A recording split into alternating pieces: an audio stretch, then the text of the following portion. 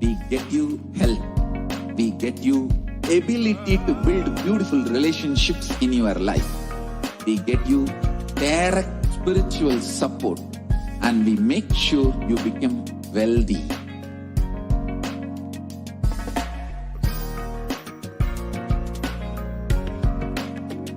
We won't stop giving you just good life. We'll literally not stop till you live enlightened life.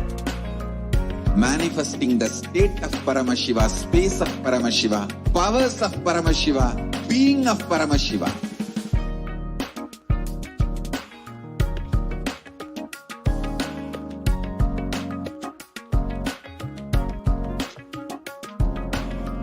Whole world should become Ekailashians.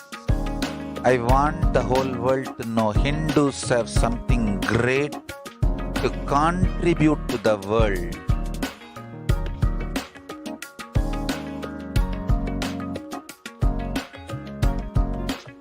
We have something great to contribute to the world.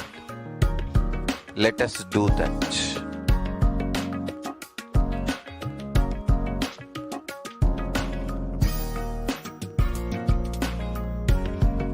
E-Kailasa is proper customized spiritual service helping you to identify your root patterns of suffering. We have perfected the science of helping every individual from every cultural, religious, nationality background.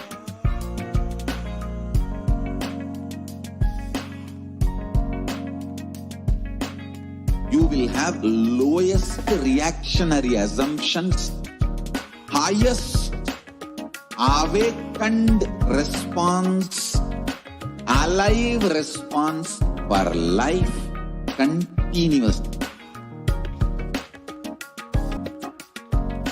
E-Kailasa is enlightenment ecosystem, literally enlightenment itself in your own home, wherever you are. Proper customized spiritual service helping you to complete with your life negativity, withdrawal from life, self-hatred, self-denial, self-doubt, so much of tiredness, laziness. We can support you aligning your diet, your attitude, your aptitude, your understanding about life. We can help you with everything.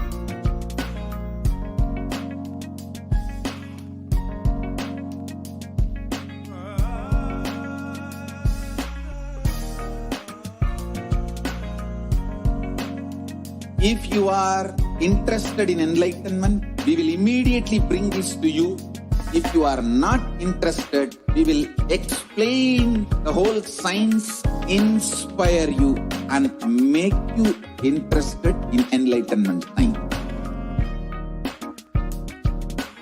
We need to cater this enlightenment science to the whole world wherever they are, because enlightenment is the birthright of all human beings. Kailasa is responsible to provide that to all human beings.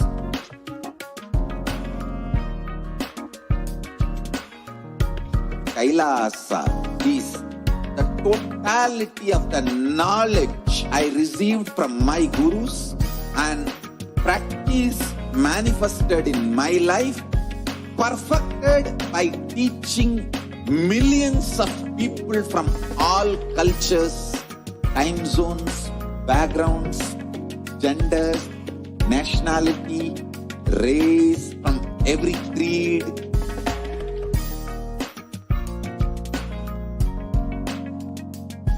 So this absolutely perfected knowledge available to you, served to you in your home without even you moving out of your couch, free of cost.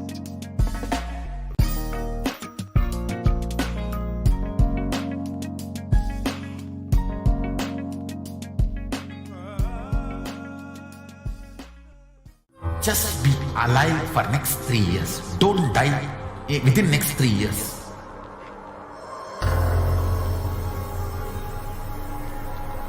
Just don't die within next 3 years. Be alive. Somehow be alive. I'm working sincerely. I will reach you somehow. Somehow I will reach you. It's my commitment to humanity.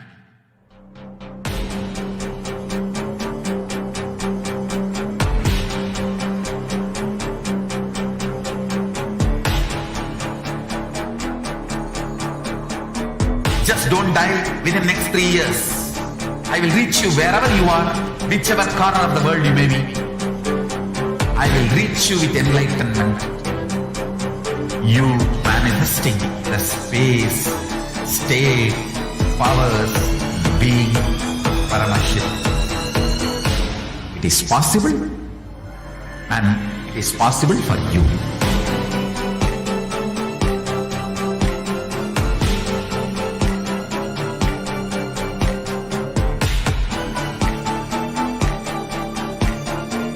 Paramashivoham will reach you with enlightenment science. I know he is going to do the job.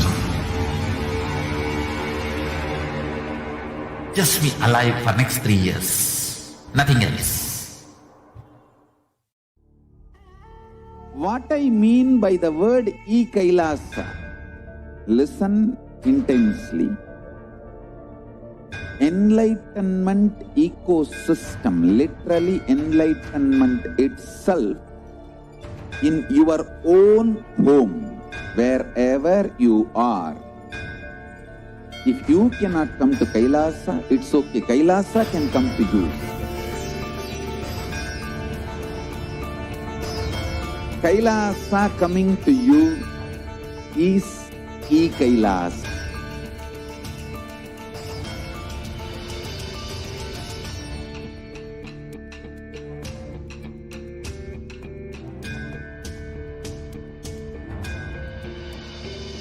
I will revive Hinduism. I am a Hindu revivalist, not by any revolution, but by evolution.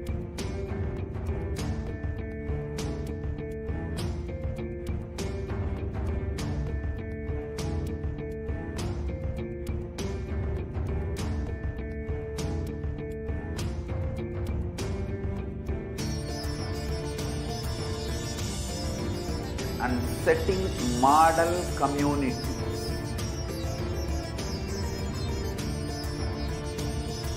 Kailasas, enlightenment ecosystems, Sarvanya Pitas all over the world.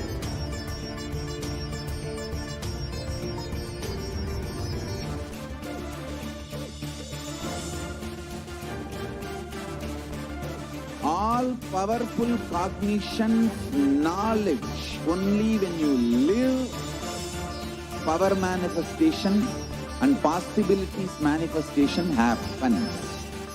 It's a fundamental truth.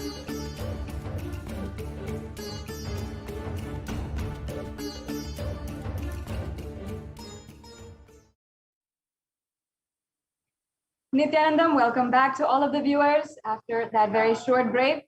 We were just able to understand from one of the representatives from the Adi Kailasa Sarvagnapitam on the different various contributions that the Supreme Pontiff of Hinduism has done through the Adi Kailasa Sarvagnapitam, the Adi Kailash ship, literally, which the Supreme Pontiff of Hinduism built from scratch in order to help each and every one of us, millions of us across the world, and the global Hindu diaspora, as well as humanity itself, to sail through this pralaya.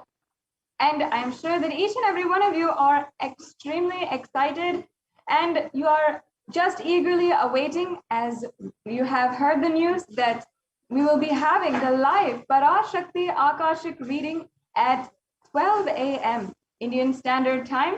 And you will be able to have the most beautiful darshan of Parashakti. Please make sure that you are signing in, tuning in at that time. Share with all of your friends and share with all of your family members, everyone whom you think, and we can ensure that as many people as possible are tuning in right now for the Devi Parashakti Akashic reading live with the Supreme Pontiff of Hinduism gracing us in the form of Devi Parashakti. It's going to be an amazing experience, and I invite each and every one of you as we get ready and we are getting closer and closer towards the time to have the Devi Baba Samadhi Darshan. Start thinking of and preparing your questions, whatever you want to ask, request the healing or request any boons, or have the profound revelations of the past, present, and future on which you would like to ask and request Devi Parashakti's guidance at this time. It will be a beautiful way that you can personally interact with Devi Parashakti. Now, you can ask a question on YouTube, on Instagram, Twitter, or on Facebook, and it's a very easy process as well. You're on Facebook, you can, on the live video, you can ask your questions in the comment section. You can ask your questions as well on YouTube. If you are a member of the Kailasa's HDH Nithyananda YouTube channel, you can ask your questions on the YouTube chat, and it's a very exclusive place where you can chat and interact personally with Devi Parashakti. You can ask your questions, you can request boons, you can request for healing, you can request for wealth or long-lasting relationships in your life. Whatever that you want in your life, you can ask and be blessed with the grace of Devi Parashakti. You also have an option to ask your questions on Twitter, and you can ask your questions by hitting reply to the live feed tweet and using the hashtag #AskTheAvatar. And in that hashtag, you can ask your question. With that hashtag, you can ask your question, and you can request any of the boons that you want, and make sure that it is in the thread for the live video. And also, we have an option on Instagram. If you would like to ask your question on Instagram, then you can ask your questions on the recent post, the post for today for the Devi Parashakti Akashic reading. And as well, if you would like to, if you're not social media savvy and you don't know what social media is, you're not very comfortable with it, then you can ask your question on WhatsApp. Through WhatsApp, you can go to kailasa.org and ask your question for Devi Parashakti through WhatsApp. So now that you know how you can ask your question today, we can enter into the next segment of the program, where we will be understanding more and more into the persecution against the Supreme Pontiff of Hinduism. And as it is still July, the official Hindu Persecution and Hindu Holocaust Awareness Month, we are continuously sharing with each and every one of you the details of what is going on, what is currently happening, and what has been happening for more than 2 decades. The atrocities that have been implemented against the Supreme Pontiff of Hinduism, and not just the Supreme Pontiff of Hinduism, but how that literally just that what has happened over the last 27 years is a hologram of the entire Hindu Holocaust that has been going on for 1,000 years. And if you contrast the amount of work the Supreme Pontiff of Hinduism has done for empowerment of humanity to the amount that he has been literally tortured at the hands of the anti-Hindu militant terrorists that are actively rampaging and destroying Hinduism in all different ways, we would be absolutely shocked at how much has been going on. If I can just give an example of the empowerment of women that the Supreme Pontiff of Hinduism has been continuously dedicated himself for the last more than 2 decades. Can I just ask, Have you ever heard of a place where a woman can walk absolutely safely at night alone in the dark? Have you ever heard of a place where homes are free of violence and the environment is free of discrimination? Where women can express themselves freely as yoginis, rudrakanyas, as Bhairavis, as sannyasis, and where you can live a life absolutely free from fear and conflict. Not just with equality, but with infinite possibility. You can discover the freedom of enlightenment itself. And that is what the Supreme Pontiff of Hinduism has literally made happen successfully through Kailasa and the revival of the Hindu enlightened civilization.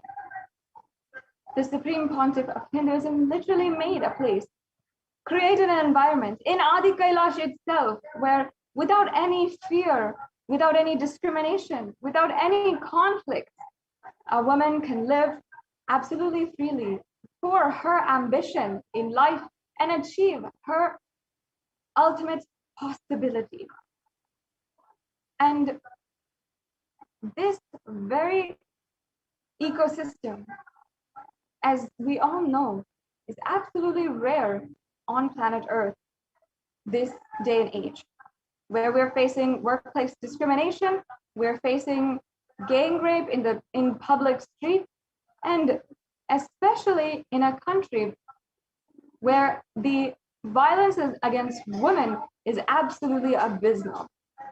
And the statistics of the violence against women is simply through the roof. And we have not seen the change in this matter for at least a century. Where did it all start? How did this happen, and how can we solve it?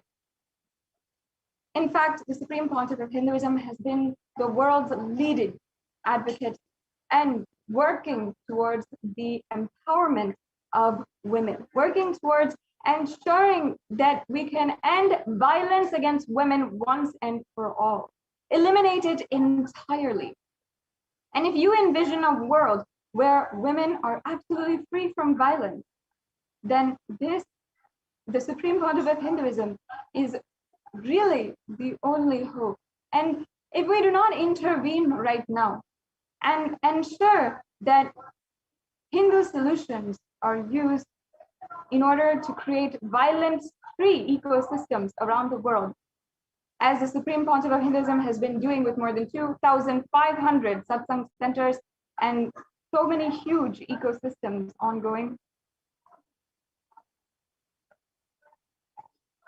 we know that if we will not be able to even see the next generation sustain itself without having the violence against women become worse and worse, and it'll simply go out of hand. We need to understand, especially with the violence against women that is happening in India and the numerous reports of femicide, it is only the Supreme Pontiff of Hinduism who has actively been able to voice out the acts of violence against women in an international platform and shed light into the violence that has been made invisible, that has been underreported and not reported at all and made absolutely invisible. The violence that is ongoing in marginalized communities of India, as well as all over the world with the global Hindu diaspora. And there has always been an extremely thought through and cunning strategy that anti-Hindu militant forces have used against the anti-Hindu militant forces have used against all of the people and all of the indigenous minorities in India. A strategy which would silence the whole public, and which would not even create an alarm in the international audience. This strategy is with the use of propaganda, with the use of extremely cunning and strategic elements to invade and infiltrate into Hindu communities and destroy it from the inside out. All of this is a strategy been done by anti-Hindu militant forces for thousands of years. And we have seen for the last 1,000 years how against Hindu women specifically, the amount of violence that has been done against them is terrifying, to say the least. Horrifying to see how much violence and brutal force was used against the Hindu women, where literally the heads of the babies of women and mothers would be garlanded around them, where they will be enslaved and moved in cages from town to town as the Mughal invaders had been continuously rampaging, invading, and looting town after town, temple after temple.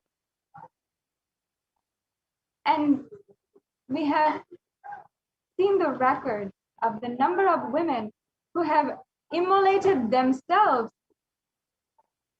because they were fearful of the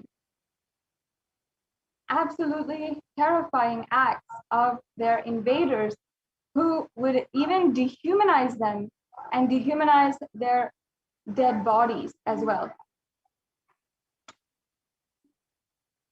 And not only that, the sacred women of Sanatana Hindu Dharma have always been entirely sexualized and objectified by the propaganda schemes implemented by anti-Hindu militant forces.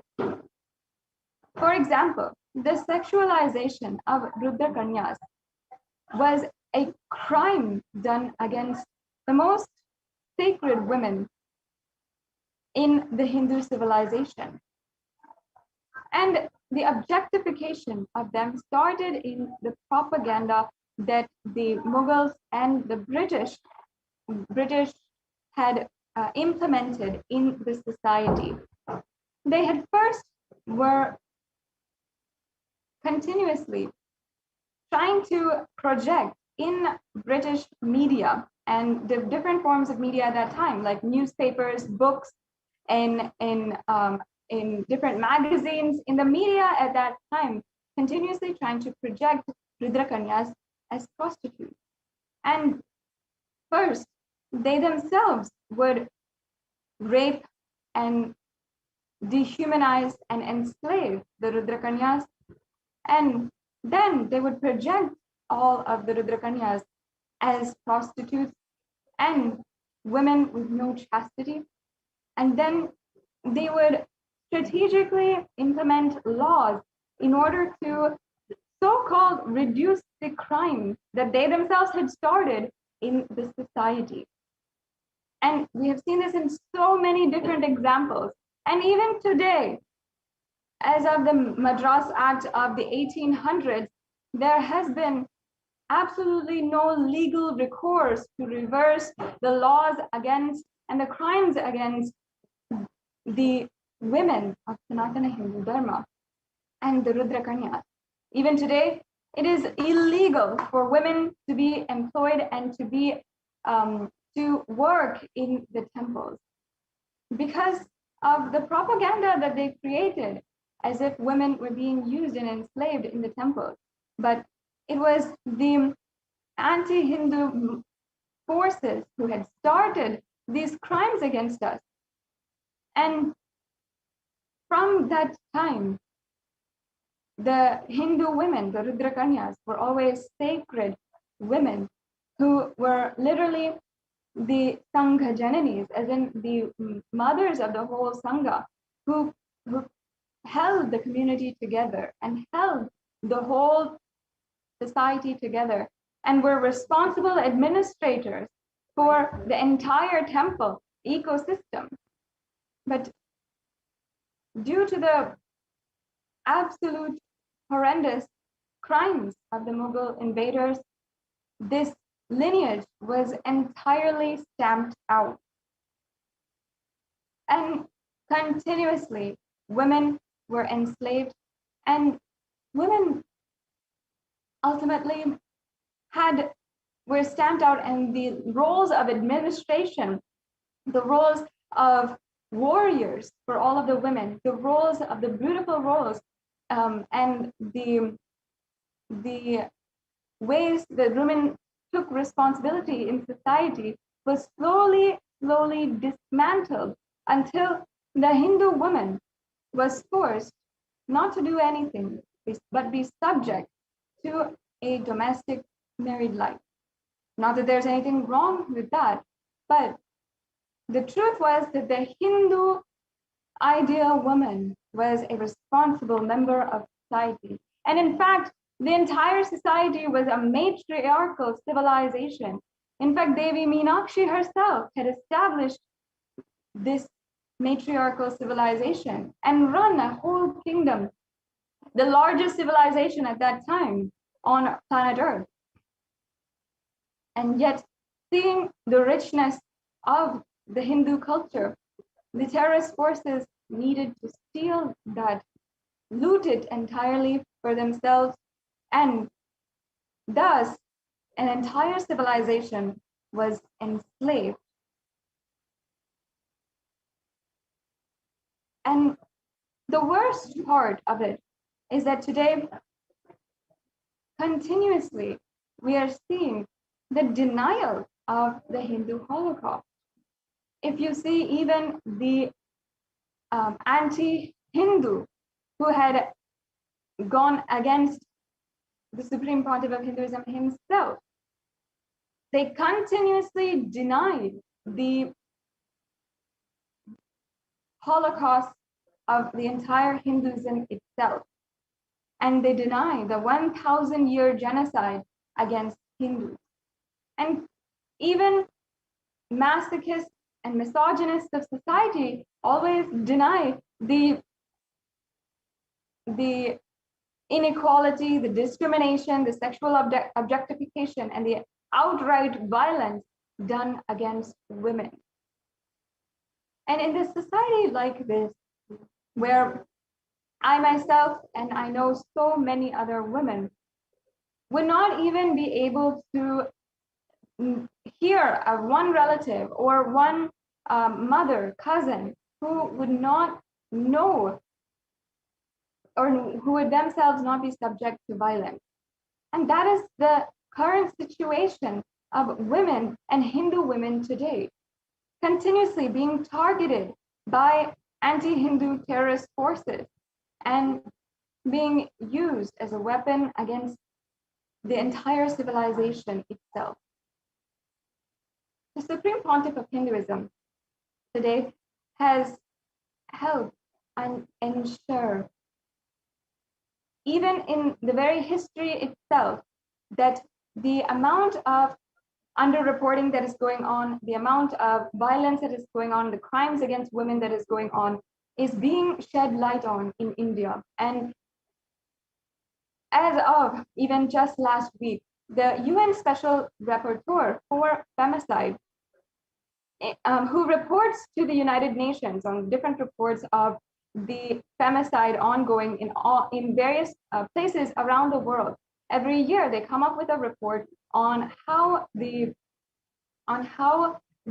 violence against women is being done, and how there are very peaceful strategies being used, bringing light those strategies to the international audience so that those strategies can be implemented, and ultimately promoting peace and conflict-free life, just as, of course, the Supreme Pontiff of Hinduism is spearheading in an extremely grand way.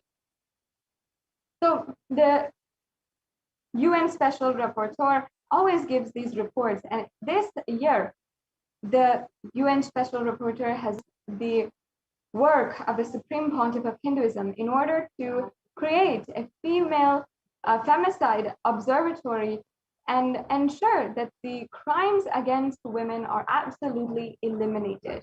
And foremost, among all the leaders who are doing something for women, the Supreme Pontiff of Hinduism has actively created thousands of ecosystems that are absolutely violence-free, absolutely violence-free in homes and outside in the streets. And the Supreme Pontiff of Hinduism has empowered women with their infinite possibility, with more than 2/3 of leadership positions around Kailasa in the global civilizational nation actually being being held by women. And not only that, but economic empowerment being given to women, and empowerment being given to women who want to start their small businesses. Empowerment being given to women who want to take up their own tradition and who are fighting for religious freedom, for women who want to be sannyasis, for women who want to be rudrakanyas. Violence against women who are sannyasis and sacred Hindu women in India is absolutely abysmal. And if we see the reports on violence against women, specifically on the Hindu women, it'll be just devastating and terrifying to see that. And if we can say, just in the ecosystem of Kailasa, in an ecosystem where the Supreme Pontiff of Hinduism has created a violence-free, safe ecosystem for women to express themselves and take up leadership positions and literally empower themselves rightfully and for their own fulfillment and for the purpose of enlightenment. In a very perfect ecosystem such as that, the anti-Hindu militant terrorists were able to infiltrate and to brutally violate the rights of women with so many attacks against women in Kailasas across the world, in Kailasas in India, as well as internationally. The women of Kailasa have undergone so much. If it is either brutal rape, blackmail, sexual objectification in the media, whatever it is, the Supreme Pontiff of Hinduism has continuously been advocating and giving each and every one of us women in Kailasa a safe space to heal from the trauma that we might have been subject to by anti-Hindu militant forces, and has also given each and every one of us a voice in order to share our story and to tell that we are not the only ones, and perhaps it might just be us who are able to, by the grace of the Supreme Pontiff of Hinduism, to be able to voice out the crimes against women that have been happening against the women of Kailasa, but also the fact that still the violence in communities, in marginalized communities, in Hindu communities has not stopped and is only worsening. And if we don't do anything now, the situation will only get worse. And if we just take the example of one sannyasi, there are so many, and the Supreme Pontiff of Hinduism has opened up an observatory in order to report all of the different acts of violence against women in different communities, focusing in on the marginalized communities that have been made invisible, including the communities surrounding ancient indigenous communities such as the Tonde Mandalam Adinam, the Tanjavur Adinam, and the 4 ancient kingdoms that were once ancient kingdoms but are today reduced to marginalized communities and simply made invisible. And these places, the Supreme Pontiff of Hinduism started to create the ecosystems for reviving Sanatana Hindu Dharma and empowering women. And actively, the Supreme Pontiff of Hinduism had empowered women to take up the life of sanya. But just for this reason, the women of Kailasa were attacked and used as a weapon against the Supreme Pontiff of Hinduism himself in the worst ways possible, and even projected in the media, sexually objectified in the media continuously. Even minor girls being objectified in the media, being sexualized in the media. These are the kinds of crimes that the anti-Hindu militant forces have done against the ancient Hindu communities and the Hindu children and Hindu women. And as the foremost leader empowering women all over the world, the Supreme Pontiff of Hinduism has ensured that finally the violence against women going on against Hindu women and even Hindu women in India, as well as Hindu women in the global Hindu diaspora, is being voiced out in an international platform. And this is the way that the Supreme Pontiff of Hinduism has ensured that the violence against women is absolutely eliminated.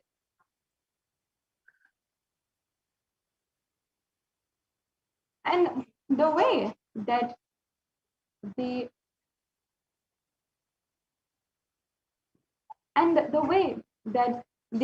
anti-Hindu militant terrorist forces continuously strategized with more than 14,000 hours of media coverage of hate speech and discriminatory content, with violence against all of the women of Kailasa and the Supreme Pontiff of Hinduism himself, and with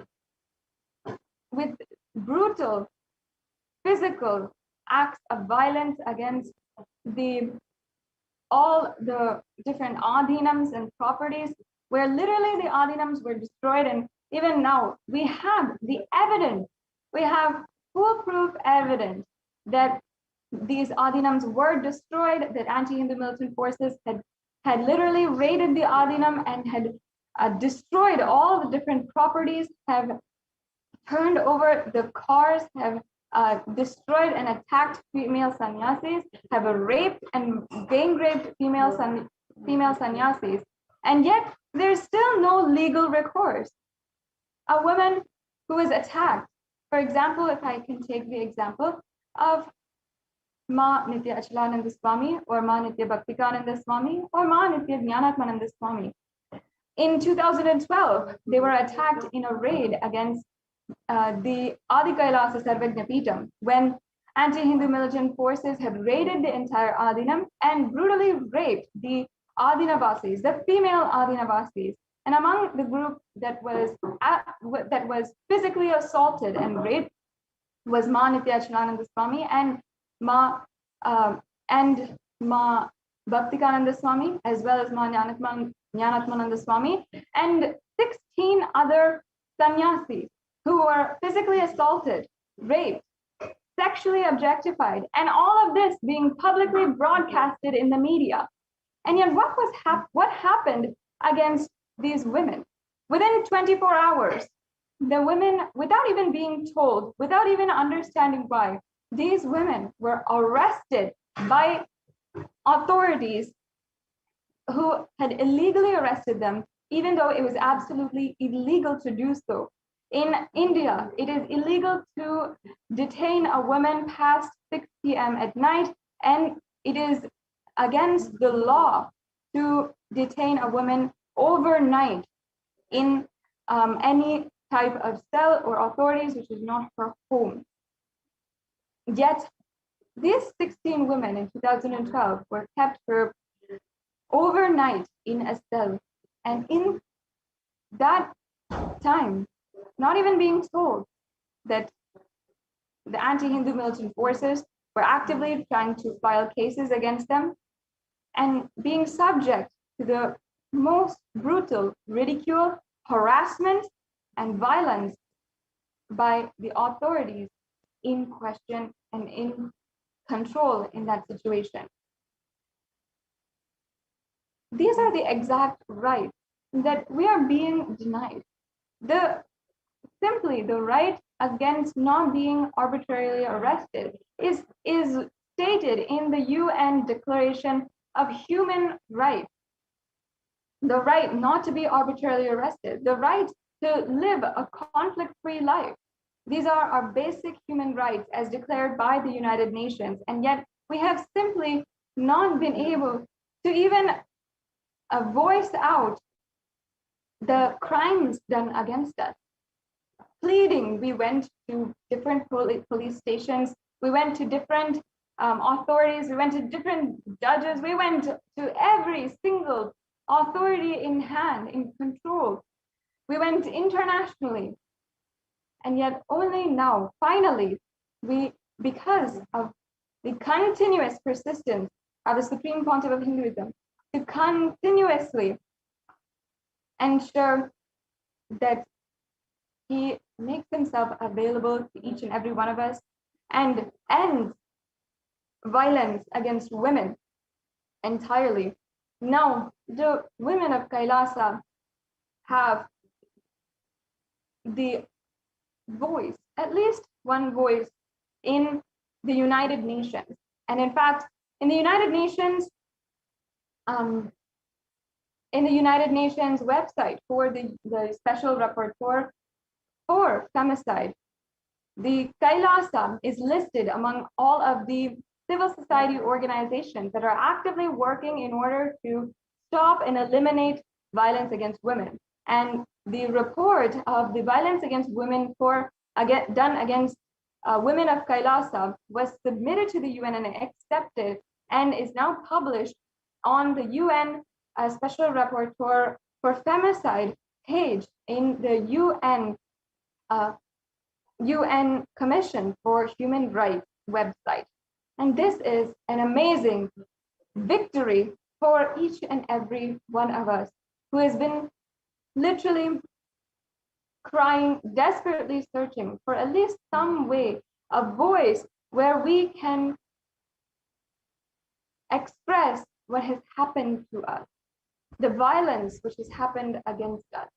And it is all due to the hard work, the sacrifice of the Supreme Pontiff of Hinduism.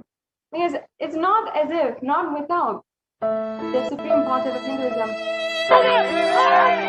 having undergone so much and sacrificed so much, himself going through more than 70 assassination attempts.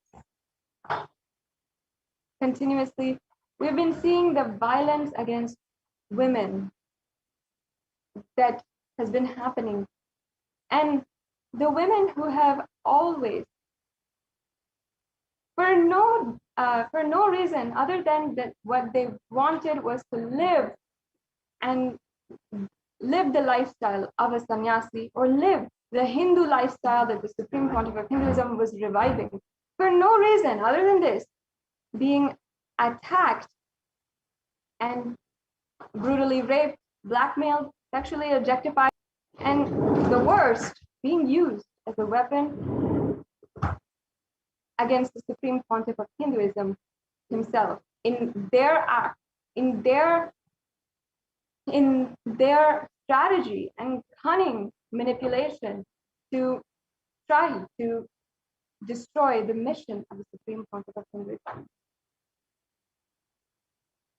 And in 2012, the very women who had been brutally raped, who had been attacked, and that attack being broadcasted in the media, as you can see, this is the exact attack that we are showing right now. As you can see, the attacks against the administrators and the women of the whole Adinam, and each and every one of them was attacked brutally, some of them needing to be rushed to the hospital, some of them needing to recover from the acts of violence done against them, but without any ounce of sympathy. Within just 24 hours, the state authorities had come inside once again, and without even telling the women, they had arrested the women and taken them and detained them overnight. You can see some of the absolute violence that is ongoing here against the sannyasis of the Nityananda order in Pavalakundru. And not only that, there's been violence against the sannyasis in the ancient kingdoms of Tanjavur and Tiruvarur and Vedaranyam and Panchanadikulam. You can see here literally the women who had literally collapsed after the rape done against her, and the sannyasis are trying to rush her to the hospital. People are stopping them. This is the extent of the violence against women that has happened. We have seen the worst kinds of violence that has happened against the women of Kailasa, and not succumbing to this and standing to eliminate the violence is only the supreme pontiff of Hinduism. Even if you see the attacks that happened in 2017, again, a woman has fallen, a sannyasi has fallen because the brutal rape done against her, and all of us Hindu sannyasis, the women sannyasis, were helping her and rushing her to the hospital in order to make sure that she has the medical treatment required. And we were rushing in that sense. And still the raids against the Adinam were happening. The destruction against the Adinam was happening. Amidst all of that, all we're trying to do is help each other, protect each other, and desperately ensure that we are some way staying alive. You can see here the destruction against the very Adinam. You can see that the whole Adinam, the cars, those are our vehicles, and we were trying to desperately rush to the hospital. And each and every one of us was trying to desperately rush to the hospital, while after one of us had fallen and had fainted and collapsed after the brutal rape done against her, we were trying to rush her to the hospital, and immediately the anti-Hindu militant forces had come and pushed over, literally, you can see the footage now, more than 100 of them had come and pushed over the vehicles, had entirely destroyed the CCTV camera footage, had destroyed and punctured the tires in all of the vehicles. And all we're trying to do is rush our sister Sannyasi to the hospital so that we can get her aid and we can keep her alive, because she was bleeding profusely. That was what we're trying to do, while all the anti-Hindu militant forces were making sure that we couldn't do anything. And even afterward, we would not even be able to present the footage and present the evidence to the police, because they had literally destroyed the CCTV camera footage.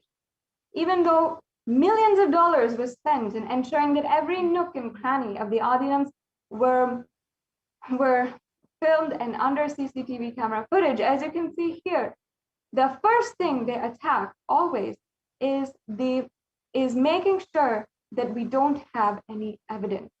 And one by one, each and every one of the CCTV cameras was entirely destroyed. Even I was present in this attack while the anti-Hindu Hindu elements had attacked the Trishulam Adinam. And from personal experience, I can say that it was the worst experience of my life, seeing the amount of guerrilla attacks against peaceful Hindu sannyasis. In this moment, in that attack, all of us literally were trying to hide in a corner and protect ourselves. All of myself and all my sister sannyasis, trying to protect ourselves, holding on to each other, praying to Swamiji, praying to Kala Bhairava that we are protected. And at that moment, we thought that literally we would not make it out of this alive. Little did we know at that exact time, one of us in another cabin was being attacked and she was losing her life, literally. So we all rushed to her, and you can see the footage. We actually all rushed to her, and we were helping her out of the cabin and trying to rush her to the hospital because she was bleeding profusely, unable to even walk, unable to even think for herself, unable to communicate. She was not even able to cry or say anything.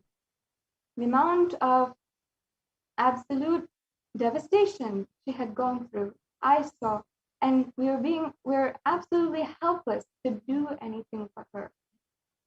Minutes went by as her life literally was going, and in the meantime, the cars were being throttled and thrown over, each and every one of the tires being punctured, leaving us with no way out.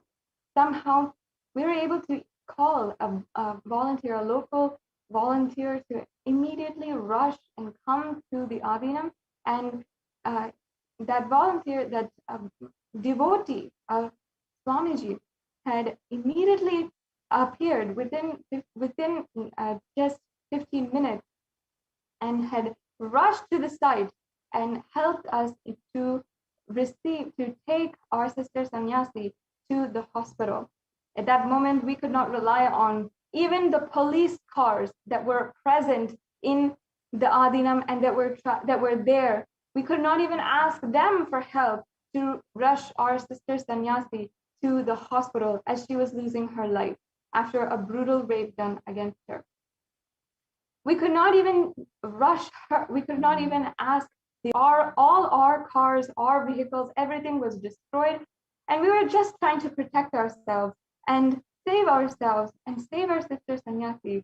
And at that time, because of the love and devotion that that devotee had for Swamiji, he immediately showed up and rushed to the scene and helped us take our sister Sannyasi to the hospital and save her life. Like this, we have seen so many different acts of violence. In this footage, as we are seeing, another brutal incident where the women sannyasis are being raped, even with children present, and even the children needing to be subject to sexual violence. And then protecting, as you can see, they are simply protecting their own deities, holding on to their deities, and with their own life protecting the deities and trying to save themselves. Whether it is the women or our brothers sannyasis who have done everything to defend us, and the Supreme Pontiff of Hinduism, who himself made himself subject to so much of attack, assassination attempts, and brutal violence. Continuously, as a community, we have been trying to fight. We've been trying to sustain ourselves, defend ourselves, as literally one by one, so many of us are being violated. Today, it brings us so much of relief, so much of happiness and victory that finally the United Nations has recognized the persecution ongoing against the Supreme Pontiff of Hinduism.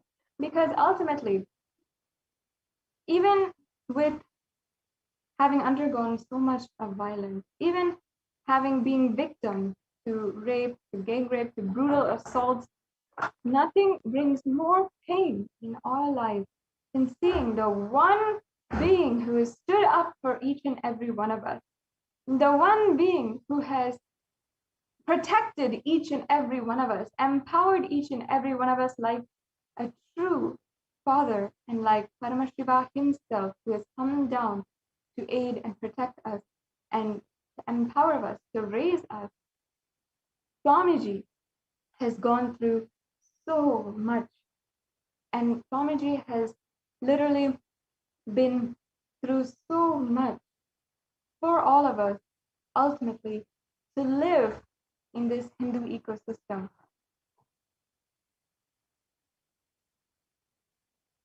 Swamiji, the Supreme Pontiff of Hinduism, has undergone physical attacks against himself and as well as character assassination against his character, and the so much of work that he has done that is absolutely destroyed as well. And either with the incessant lawfare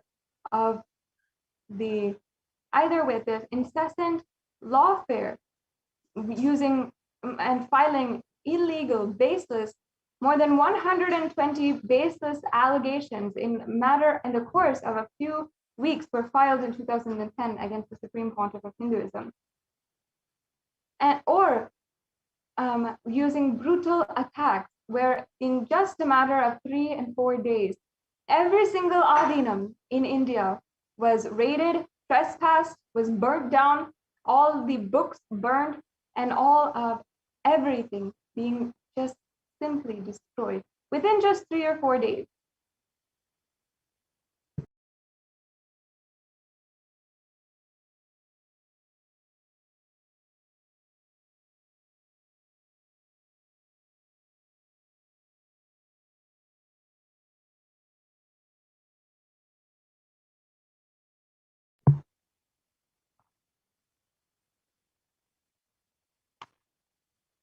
And I can list out the number of women, as you can see here, as you've been seeing, the number of women who have literally been assaulted, brutally raped, gang raped, and each one of us trying to protect each other, trying to raise each other and hold on to each other, even in the moments of the extreme brutal attack. It happened in Trishoolam, it happened in Gujarat, it happened in Bidadi, where all of us have been through so much. But nothing brings more pain than seeing the Supreme Pontiff of Hinduism undergo 10,000 times more than us, and literally himself going through so much of attack. Because as women, the Supreme Pontiff of Hinduism is the only leader, the only being in the whole world who has stood up for each and every one of us to be empowered, to live the empowered lifestyle, to end discrimination and violence. As you can see here, this is the footage from the attacks against Trishoolam, which I myself was present, as well as all my sister sannyasis. And I can say that in the moment of attack, when literally we were being stoned almost to death, we had called Swamiji, and each and every one of us were praying to Swamiji. And at that moment, the leader, the Mahanitya Bhaktikananda Swami, who is the administrator, had been able to reach and communicate to Swamiji that we were under attack. And that moment, the Supreme Pontiff of Hinduism said, I'm sending Kalabhairava right now there. Don't worry, I'm going to take care. It will stop now. And just like that, within a few minutes, the attack had calmed down. And only then we were able to move out of our cabins and go out and begin the recovery. The Supreme Pontiff of Hinduism has literally been the only dream, and today is the only hope to end violence against women and end all violence against women. The Supreme Pontiff of Hinduism has taken a strong stand in order to protect each and go through anything in order to protect each and every one of us. And not only that, the Supreme Pontiff of Hinduism has taken so many different types of action in order to establish these violence-free Hindu ecosystems around the world. And now, with the help of the United Nations, where the United Nations has recognized the persecution against the Supreme Pontiff of Hinduism and has helped bring the persecution to an international platform and has helped bring international audience to listen to the violence that has been going on for so many thousands of years against Hindu women. And in that way, the Supreme Pontiff of Hinduism has literally been able to help each and every one of us and empowered each and every one of us to live the Hindu lifestyle that we want to, out of our own strong voice and our own decision. Each and every one of us, women of Kailasa, took up this lifestyle of wanting to live the Hindu lifestyle, of standing for our sacred sentiments, and of standing for the deep, beautiful declarations of Sanatana Hindu Dharma that we are Paramashiva, and fearlessly standing for that.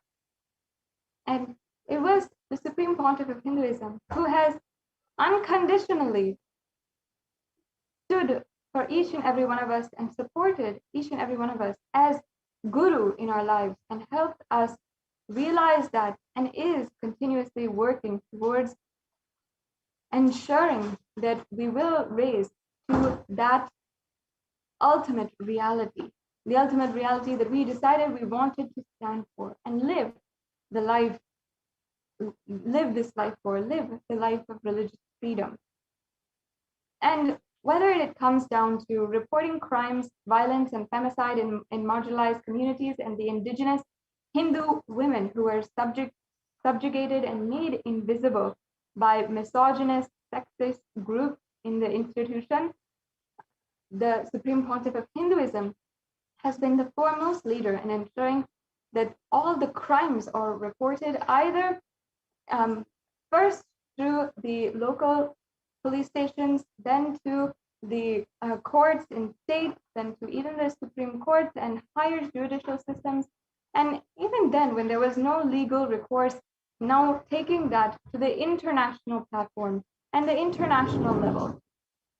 And also, the Supreme Pontiff of Hinduism has spearheaded and ensured that the research and studies undertaken to analyze femicide or gender-related killings and gender-related violence is being continued and has in Kailasa itself through Sri Kailasa Uniting Nations for feminine empowerment has basically created this kind of observatory where the reports for the number of women who are undergoing violence and the research for how to strategically and successfully create an ecosystem that is absolutely conflict-free be established through Sri Kailasa Uniting Nations for feminine empowerment.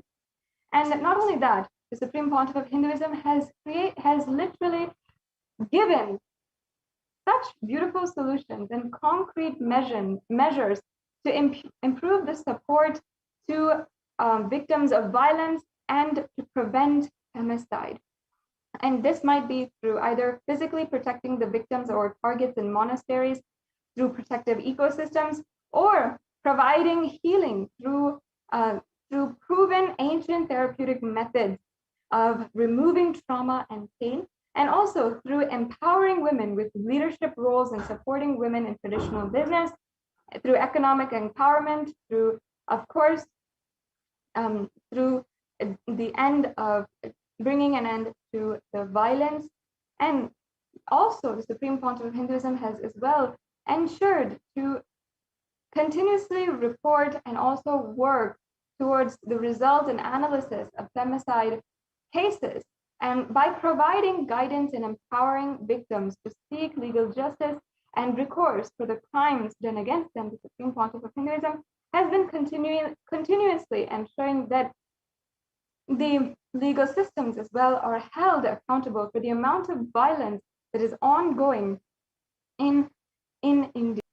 As well, the UN Special Rapporteur has recognized the amount of work that the Supreme Pontiff of Hinduism has been doing, has been seeing, and in several occasions ensured that even the solutions the Supreme Pontiff of Hinduism has been making and has offered to the world through the Kailasa ecosystems is actually implemented and can be implemented in various ecosystems across the world.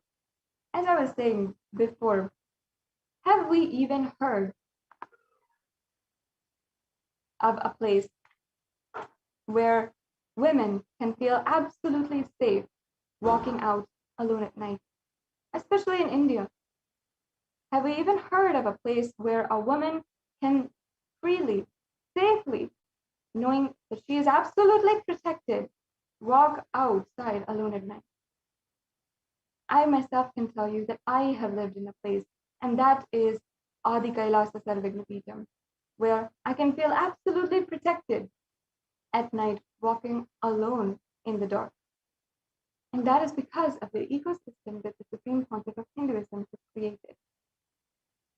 From India, we have heard so many, numerous cases of gang rapes happening at night, of brutal violence and assault happening right out on the street in the pitch dark.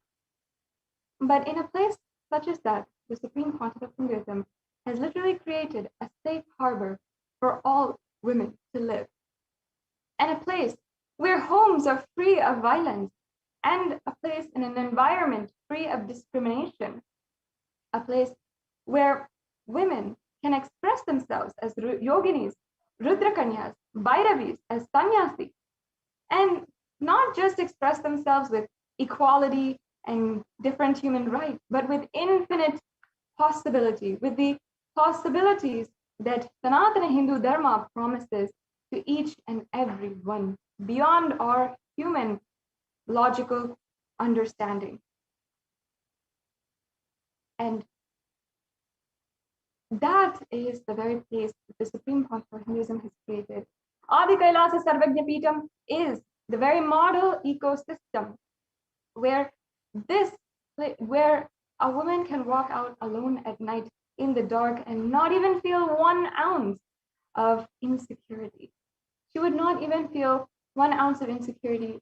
She will not feel that somebody is following her or somebody is about to attack her.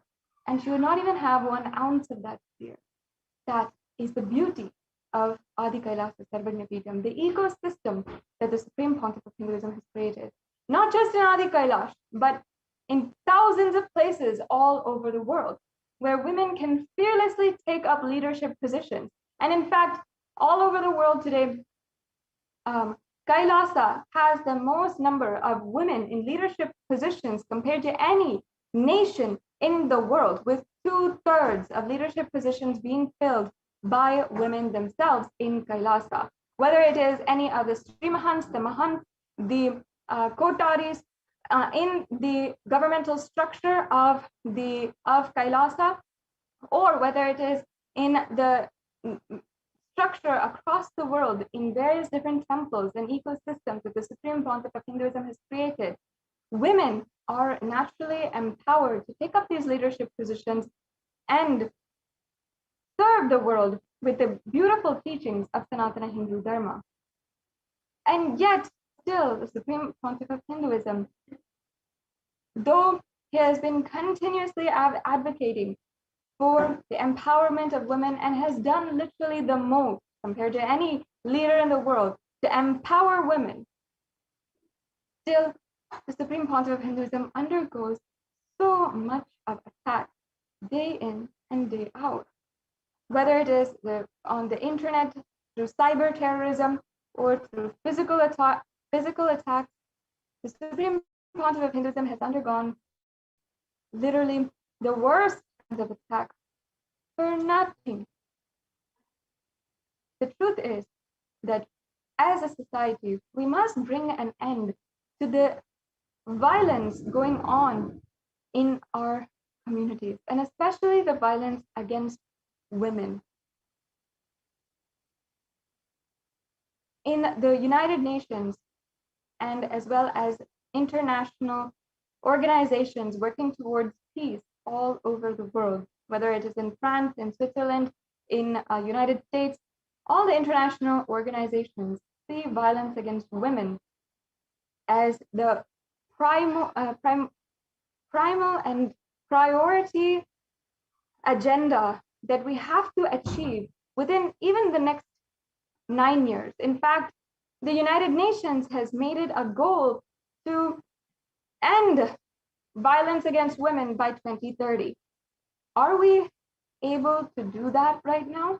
Are we able to, as a global state, able to fulfill the goals that we wanted to end all violence by 2030? Only the Supreme Pontiff of Hinduism has literally been able to produce the model ecosystems of creating absolutely violence-free communities and standing continuously to end all violence against women and eliminate violence against women. If we don't do something right now, and if we don't apply and see the value in the teachings of Sanatana Hindu Dharma right now, we will see the continued violence against women and the conditions of violence against women in India and Hindu women all over the world continuously worsen. We will not even be able to see our next generation live on without seeing the worst happen to each and every one.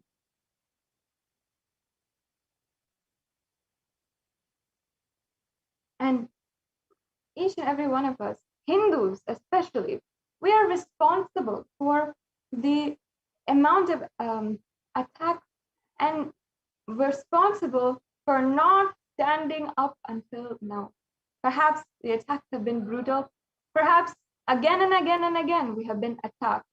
But it is only our fault, and only the blame can come on us if we do not stand up again. And the Supreme Pontiff of Hinduism has made just simply standing up an extremely easy thing, because he is standing as our foremost leader for the global Hindu diaspora of 2 billion Hindus all over the world. Each and every one of us Hindus must understand the plight of Hindu women in India, of each and every Hindu woman who is undergoing so much of violence, who is facing so much of poverty, who is unable to provide for her own family. Each Hindu should know that we are graced by Paramashiva, and for having and living at the same time as the avatar, the incarnation of Paramashiva, and we are graced to be born in a tradition where we have such beautiful sacred Hindu sentiments, which can naturally empower Hindu women, which can naturally empower every single person in humanity itself, with such the most powerful, empowering tradition with us. Hindus must realize that it is our responsibility now to stand up. I request each and every one of you who is joining today to share this live program in all of the different various social media platforms. Please share and ensure that at least one more person, your friends, your family, whom you know will listen and understand, and whom you'll just say, hey, I saw this today, I feel it's good, I feel that we should do something, then you can please share this program link and spread the message, and also share that the link for the UN Special Rapporteur who has recognized the persecution against the Supreme Pontiff of Hinduism. Please take a few minutes and you can share right now with all your friends, with all your family, and we'll be right back and continuing today's program after a quick break.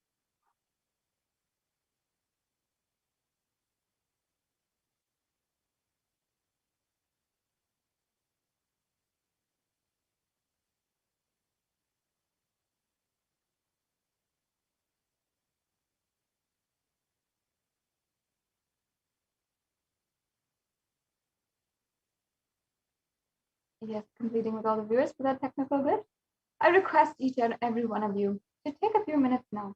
Let's go to Twitter and let us tweet using the hashtag UN recognizes the persecution against the Supreme Pontiff of Hinduism.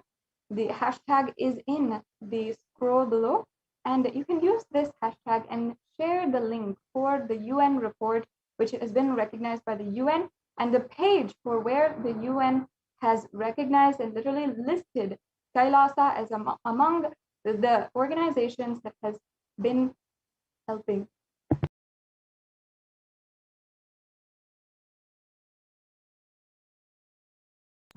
So you can go to Twitter right now and use the hashtag UN recognizes the persecution against the Supreme Pontiff of Hinduism. And you in this hashtag,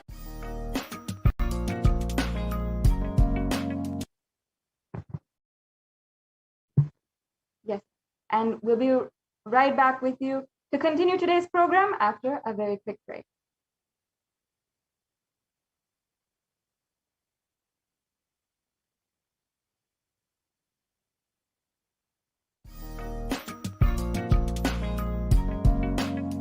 We get you help. We get you ability to build beautiful relationships in your life.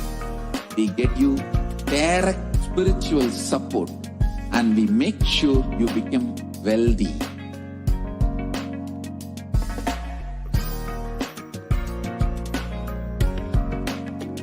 We won't stop giving you just good life. We will literally not stop till you live enlightened life. Manifesting the state of Paramashiva, space of Paramashiva, powers of Paramashiva, being of Paramashiva.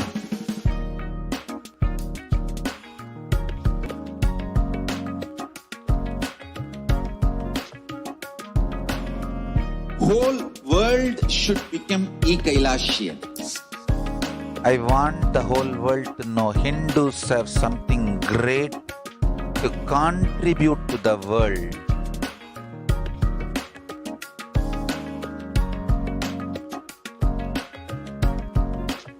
We have something great to contribute to the world. Let us do that.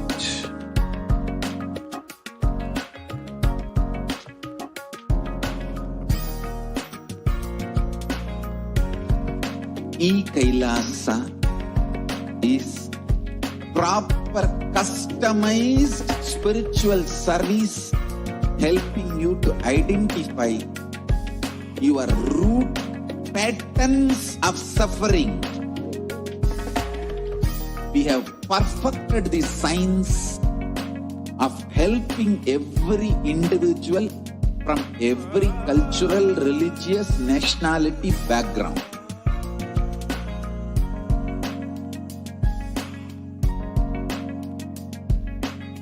You will have lowest reactionary assumptions, highest awakened response, alive response for life continuously.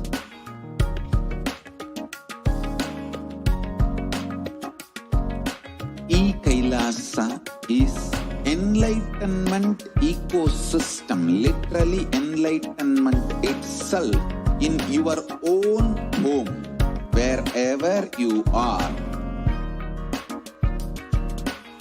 Proper customized spiritual service helping you to complete with your life negativity, withdrawal from life, self-hatred, self-denial, self-doubt, so much of tiredness, laziness. We can support you, aligning your diet, your attitude, your aptitude, your understanding about life. We can help you with everything.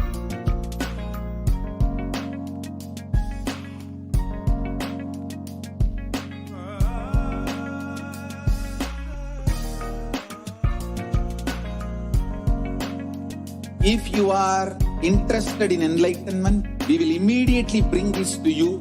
If you are not interested, we will explain the whole science, inspire you and make you interested in enlightenment science.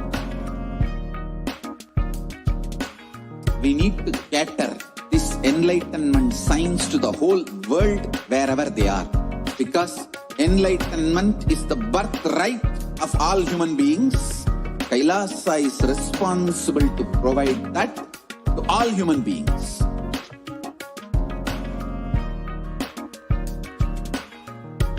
Kailasa is the totality of the knowledge I received from my gurus and practice manifested in my life, perfected by teaching millions of people from all cultures, time zones, backgrounds, genders, nationality, race, from every creed.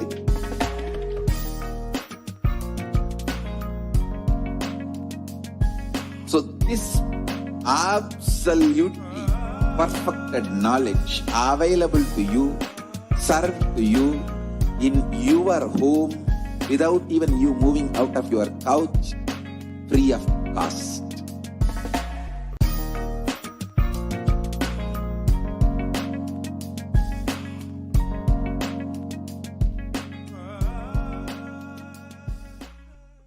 Just be alive for next 3 years. Don't die within next 3 years.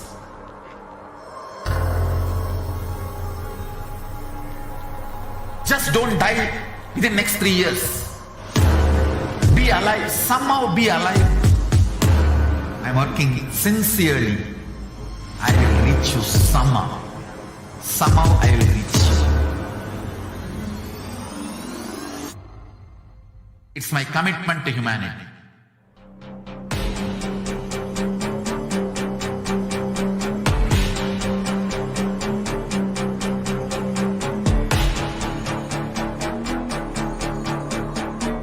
Just don't die within next 3 years. I will reach you wherever you are, whichever corner of the world you may be. I will reach you with enlightenment. You manifesting the space, state, powers, being Paramashivoham. It is possible, and it is possible for you.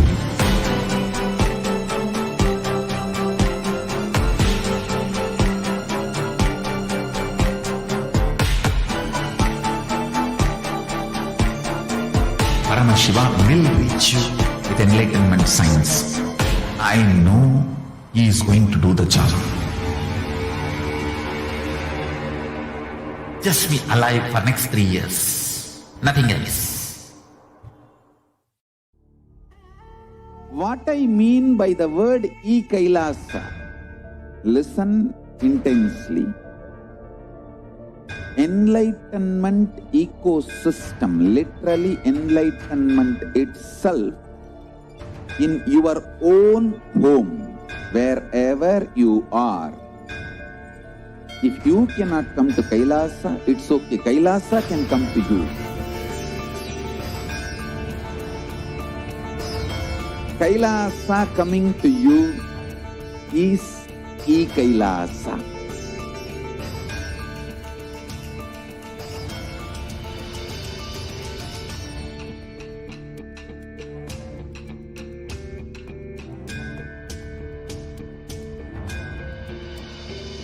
I will revive Hinduism. I am a Hindu revivalist, not by any revolution, but by evolution.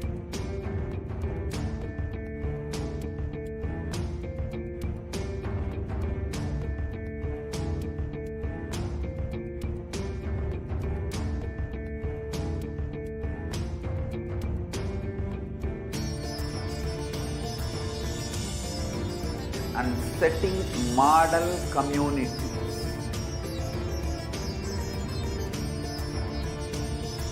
Kailasas, enlightenment ecosystems, Sarvanya Peethas all over the world.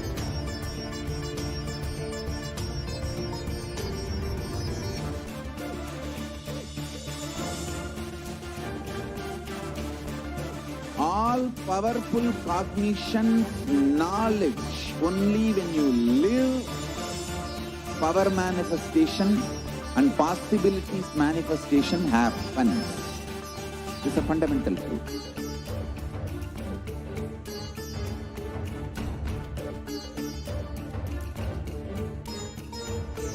Hinduism cannot live exclusively as one sampradaya. No.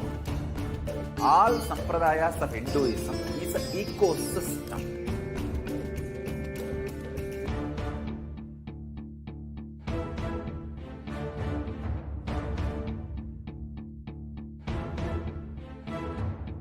So don't keep quiet thinking that if one sampradaya is attacked, only that sampradaya is going to be affected.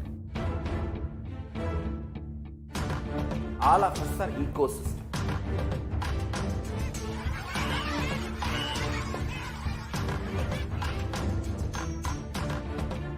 I invite all of you to get involved and enjoy Hinduism by the principle of Dharmo Rakshati Rakshitaha. When you protect Dharma, Dharma protects you. We will make the whole planet flourish spiritually. The spiritual prosperity will happen to the whole planet. We all have to coexist together.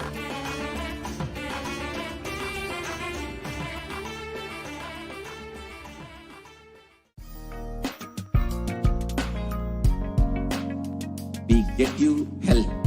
We get you ability to build beautiful relationships in your life. We get you direct spiritual support, and we make sure you become wealthy.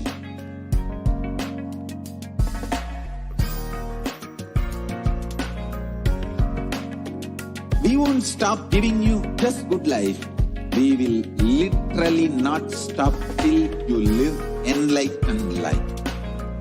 Manifesting the state of Paramashiva, powers of Paramashiva, being of Paramashiva.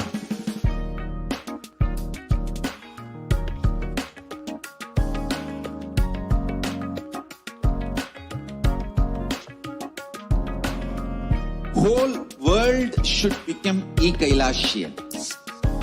I want the whole world to know Hindus have something great to contribute to the world.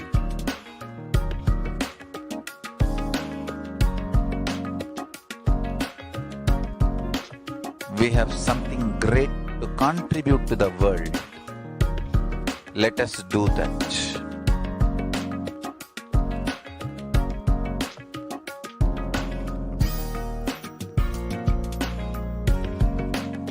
Kailasa is proper customized spiritual service helping you to identify your root patterns of suffering. We have perfected the science of helping every individual from every cultural, religious, nationality background.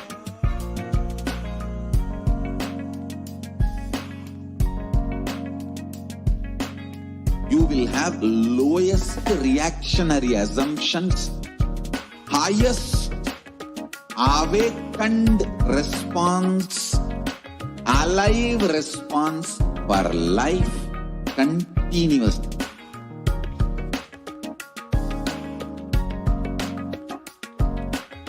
Kailasa is enlightenment ecosystem, literally enlightenment itself in your own home, wherever you are. Proper customized spiritual service helping you to complete with your life negativity, withdrawal from life, self-hatred, self-denial, self-doubt, so much of tiredness, laziness. We can support you, aligning your diet, your attitude, your aptitude, your understanding about life. We can help you with everything.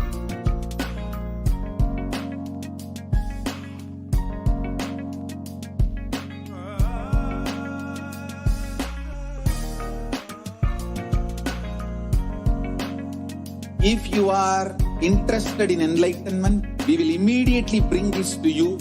If you are not interested, we will explain the whole science, inspire you, and make you interested in enlightenment time.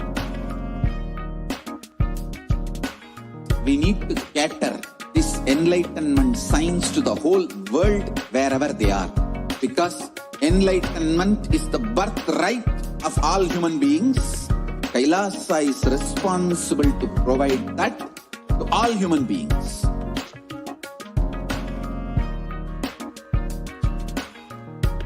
Kailasa is the totality of the knowledge I received from my gurus and practice manifested in my life, perfected by teaching millions of people from all cultures. Nithyanandam Paramashivoham Kevalam Jnanamurtim Dvandvatitam Gagana Sadrusham Tattvamasyaadilaksham Ekam Nityam Vimalamachalam Sarvadi Sakshi Bhutam Bhavatitam Trigunarahitam Sadgurum Tam Namami. Nithyanandam, and welcome everyone on today's segment. In this segment, as we are celebrating the happening of the Guru, Lord Paramashivam, himself happening as Guru in our life, as we are celebrating the Guru Purnima, in this segment, we would like to share the offerings from around the world, the Kailasas and the devotees and people around the world, showing their humble gratitude and offering to the Supreme Pontiff of Hinduism, His Divine Holiness, Bhagavan Nithyananda Paramashivam.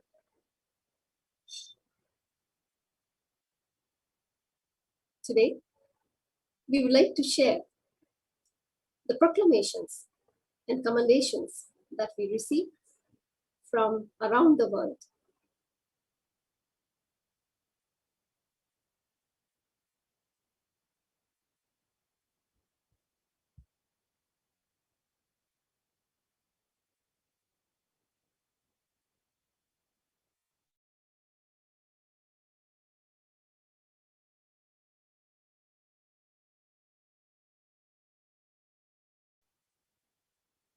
We received hundreds of proclamations and commendations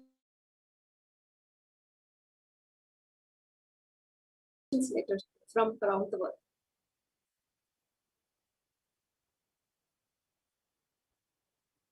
From various countries, including the USA, Canada, Trinidad and Tobago, Uganda, Liberia, Lebanon, New Zealand, Ecuador, Brazil, South Sudan, Malaysia, Singapore, Australia, the Netherlands, South Korea, Germany, China, Hong Kong, Taiwan, and many more countries.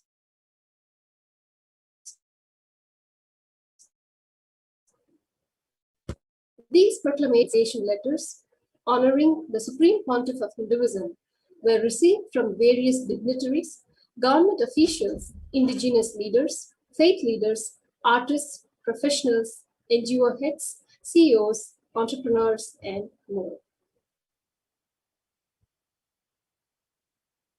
As we show our gratitude to all those who have given their commendation letter and proclamations, we would like to thank the Honorable Sam Liccardo, Mayor of City of San Jose, California, USA, for his commendation letter. Thank you. Thank you, Governor Enoro Puloy, Melikiok State, the Republic of Palau, for your proclamation.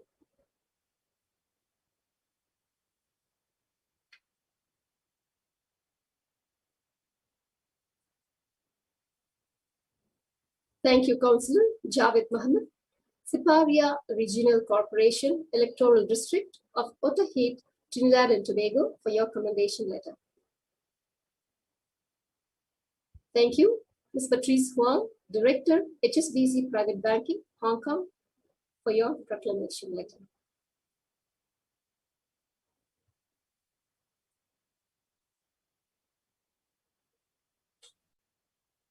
We'd like to extend our thanks to Ricardo Bret Hernandez, Chief and President of the Santa Rosa First Peoples Community from Trinidad and Tobago. Thank you so much for your commendation letter.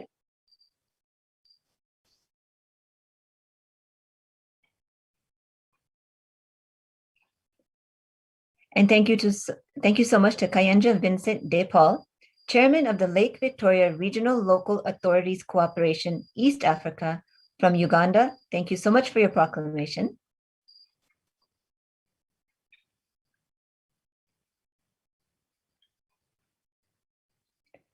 Thank you so much to Joshua Kitakule, Secretary General of the Interreligious Council of Uganda from Kampala, Uganda. Thank you for your proclamation.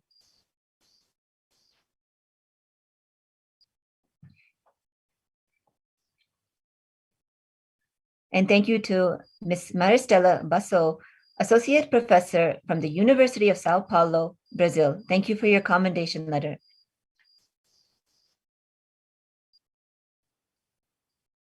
And thank you to Feng An Luan, the President of the Rotary Club Taipei, Taiwan. Thank you for your proclamation letter.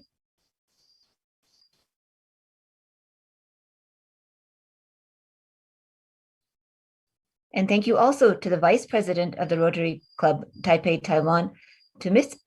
Shuang Gua Ye. Thank you for your proclamation.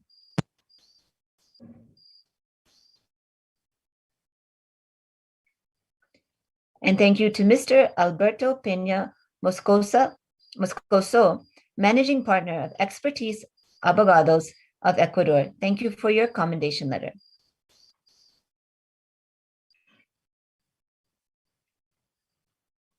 Thank you to Mr. Rabi Fakri, Attorney at Law from Lebanon. Thank you for your commendation letter.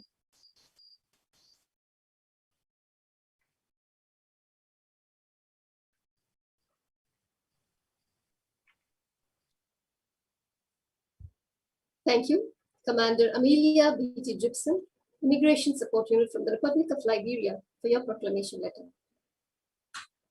We'd like to thank Advocate Reach Malual, spokesperson, South Sudan Bar Association, South Sudan, for your proclamation. We'd like to thank Advocate Wal Madud Aid, the Ancestral Advocates, South Sudan. Thank you for your proclamation. Now from the Republic of Trinidad and Tobago,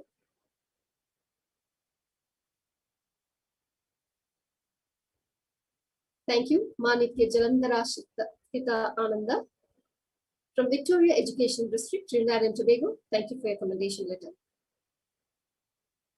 Thank you, Mr. Rajesh Rupla, Manager, Amaras Jewelry Collection, Trinidad and Tobago.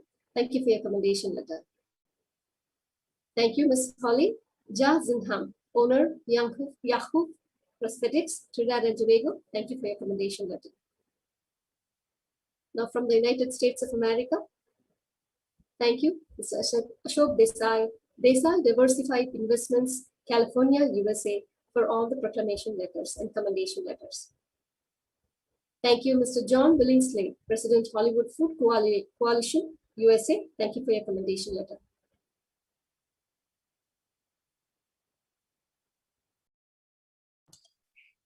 Now let us move to the Republic of Singapore.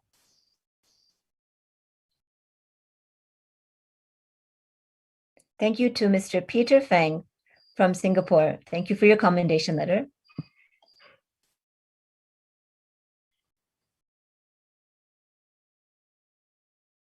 Thank you to Jayagari Giridharan, Business Associate and Partner of Windmill Management Associates, Thank you for your commendation letter.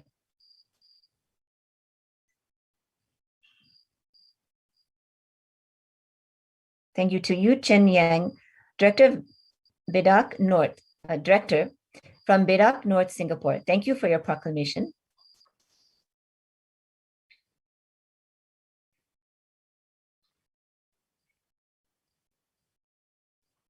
And thank you to Ananda Shraddha and Nitya Ramya, Krishna and Nitya Prasadini, Directors of Nitya Ramya Private Limited from Singapore. Thank you so much for your commendation letter.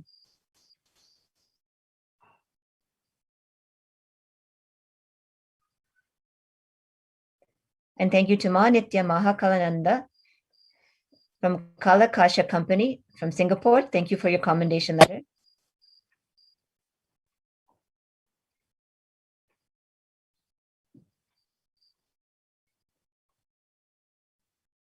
And thank you to Edna Ann Lee Ling, founder of Your Future Forward from Singapore. Thank you for your commendation letter.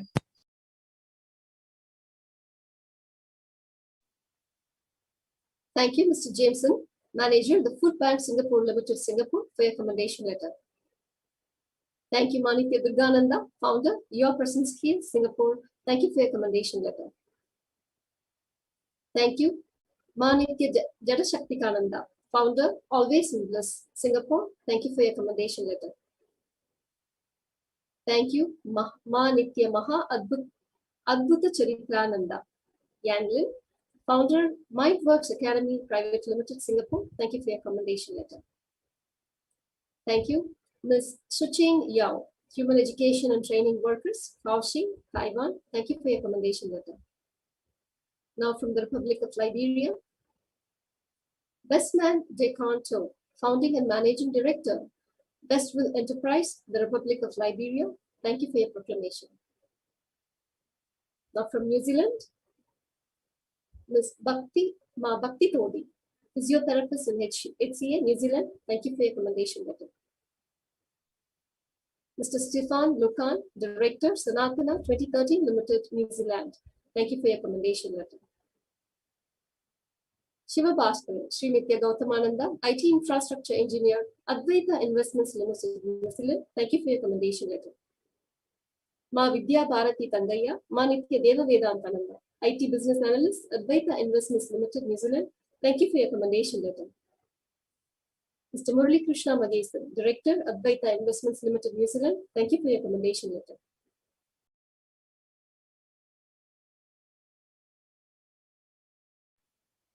Now from Malaysia, Tirumurthy, son of Periyaswamy, Selangor Hindu Community Leader, Malaysia. Thank you for your commendation letter. Ms. Cheng Pei Ang, Taiping, Malaysia. Thank you for your commendation letter. Yoke Keng, Self-Employed, Kota Puteri, Malaysia. Thank you for your commendation letter. Ms. Guani Chan, Johar Bahru, Malaysia. Thank you for your commendation letter. Guan Xian Chan, Johor Bahru, Malaysia. Thank you for your commendation letter. Ms. Nelly Liu, Selangor, Malaysia. Thank you for your commendation letter. Ms. Cindy Sinyi He, Sarawak, Malaysia. Thank you for your commendation letter. Sally Ui Pai Kwat, Johor, Malaysia. Thank you for your commendation letter.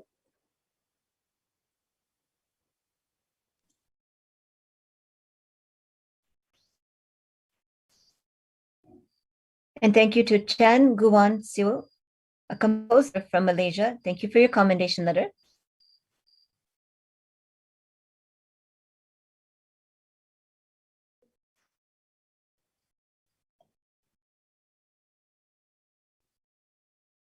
And thank you to Shirena Le Wasim from Taiping, Malaysia. Thank you for your commendation letter.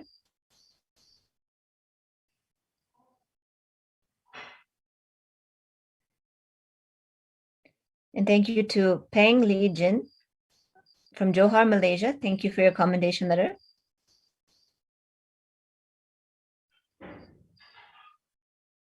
And thank you to T. Suk Ting, business owner from Johor, Malaysia. Thank you for your commendation letter.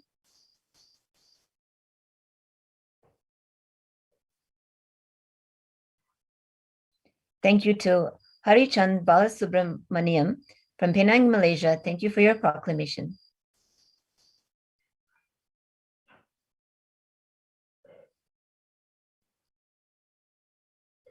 Thank you to Tek Chi Wong, Director from 3 Business Solutions from Malaysia. Thank you for your proclamation.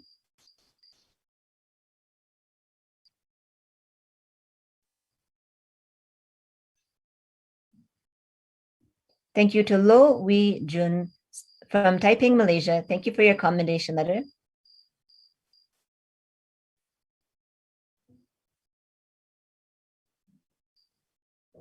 Thank you to Leong Lian Fung from Johor, Malaysia. Thank you so much for your commendation letter.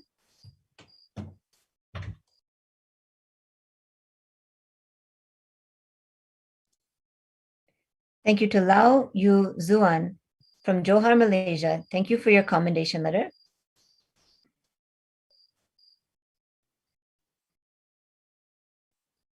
Thank you to Radha Lu Pai Si from Shah Alam, Malaysia. Thank you for your commendation letter.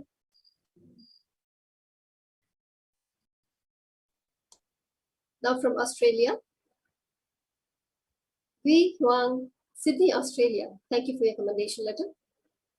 Now from the Netherlands, Wei Ping Ding, Utrecht, the Netherlands. Thank you for your commendation letter. Now moving to Canada, Michelle Zeng, Richmond, Canada. Thank you for your commendation letter. Now from South Korea, In Shi Piao, Bucheon, South Korea. Thank you for your commendation letter. From the Federal Republic of Germany, Zhu Ji Yu, Dresden, Germany. Thank you for your commendation letter.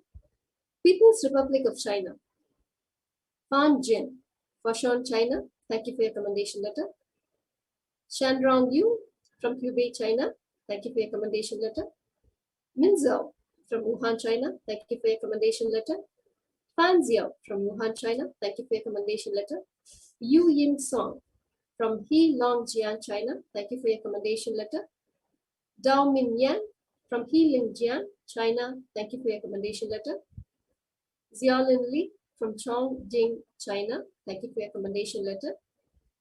Bei O from Guangzhou, China. Thank you for your commendation letter. Wang Hui from Hong Kong, China. Thank you for your commendation letter. Jen Chai Lin from Guangdong, China.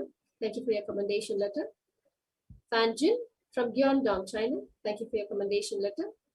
Wen Xiang Wan, Zinab, China. Thank you for your commendation letter. Chuan Yan Zhang from Jinan, China. Thank you for your commendation letter. Xiao He Xia from Suzhou, China. Thank you for your commendation letter. Ting Ting Yu from Liaoning, China. Thank you for your commendation letter. Xianing from Shanxi, China. Thank you for your commendation letter. Teng Fei Tian from Tianjin, China. Thank you for your commendation letter. Yan Mi Lian from Yangzhou, China. Thank you for your commendation letter. Utle Hoi from Macau, China. Thank you for your commendation letter. Yazao Zhang from Zhejiang, China. Thank you for your commendation letter. Yon Zhen Quan from Macau, China. Thank you for your commendation letter. Zhudan Li from Zhejiang, China. Thank you for your commendation letter. Dan Li from Nanjing, China. Thank you for your commendation letter. Xiahua Fan from Shandong, China. Thank you for your commendation letter. Fang Sen from Hunan, China. Thank you for your commendation.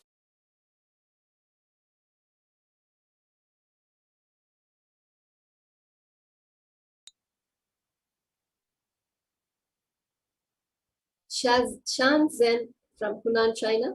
Thank you for your commendation letter. Lingzi Zhang from Guangzhou, China. Thank you for your commendation letter. Heiying Li from Anhui, China. Thank you for your commendation letter. Peng Li Yan from Yunnan, China. Thank you for your commendation letter. Zixuan Shan from Inner Mongolia, China. Thank you for your commendation letter.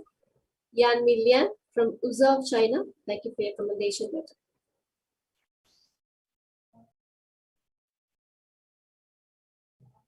Now moving on to Hong Kong.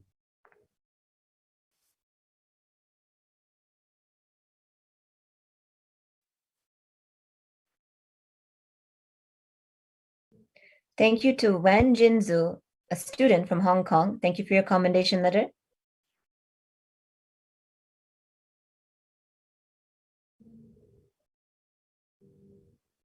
Thank you to Alice Se from Hong Kong, China. Thank you for your commendation letter.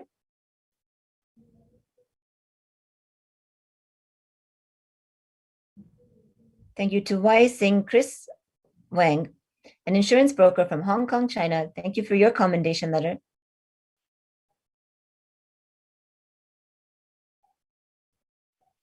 Thank you to Ananda Shankari, Director of Pur Nadini from Hong Kong. Thank you for your commendation letter.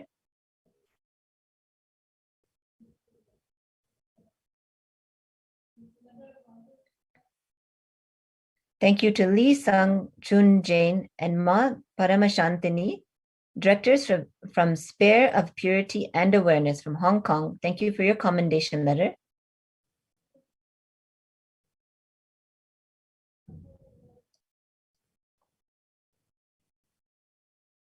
Thank you to Shi Hao Ryan Lee, an insurance manager from Hong Kong, China. Thank you for your commendation letter.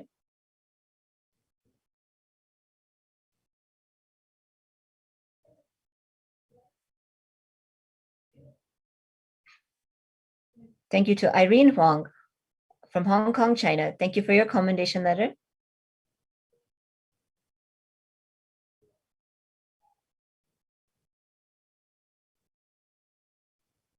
Thank you to Li Qiangzu, a freelancer from Hong Kong, China. Thank you for your commendation letter.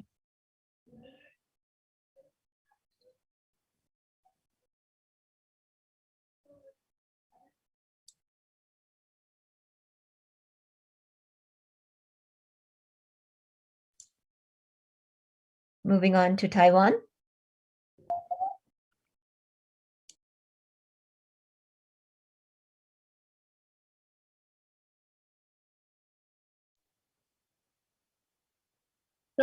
From Taiwan, Hong Zhu Chen from Yunlin, Taiwan. Thank you for your commendation letter. I'd like to thank Ho Chi Jun from Kaohsiung, Taiwan. Thank you for your commendation letter. Lo Zi Yu from Taoyuan, Taiwan. Thank you for your commendation letter. Ying Wen Zhu from Taoyuan, Taiwan. Thank you for your commendation letter. Xu Ling Sun from Tainan, Taiwan. Thank you for your commendation letter. Chuan Zhu Li from Yilan, Taiwan. Thank you for your commendation letter. Brandy Chow from Pingtung, Taiwan. Thank you for your commendation letter. Ichun Chuo from Taipei, Taiwan. Thank you for your commendation letter. Peking Wu from New Taipei City, Taiwan. Thank you for your commendation letter. Hong Su Chen from Yunlin, Taiwan. Thank you for your commendation letter. Feng Fang Tseng from Taipei, Taiwan. Thank you for your commendation letter. Ting In Chu from Taoyuan, Taiwan. Thank you for your commendation letter. Chao Li Chia from Taoyuan, Taiwan. Thank you for your commendation letter. Ms. Anne Pao Ying from Taoyuan, Taiwan. Thank you for your commendation letter. Se Zihuang from New Taipei City, Taiwan. Thank you for your commendation letter. Hong Lung Peng from Taipei, Taiwan. Thank you for your proclamation. Ms. Peng Ren Wang from Hualien City, Taiwan. Thank you for your commendation letter. Ms. Fang Ru Hao from Kaohsiung, Taiwan. Thank you for your commendation letter. Ki Hua Deng from Pingtung, Taiwan. Thank you for your commendation letter. Di Lan Fang from Pingtung, Taiwan. Thank you for your commendation letter. Eating Low from Pingtung, Taiwan. Thank you for your commendation letter. And that brings us to the end of the sharings of the proclamations, and they are still pouring from around the world to be offered to the Supreme Pontiff of Hinduism, Jagadguru Mahasannidhanam, Bhagavan Sri Nithyananda Paramashivam. So now, as we continue with further offerings, releases from around the world.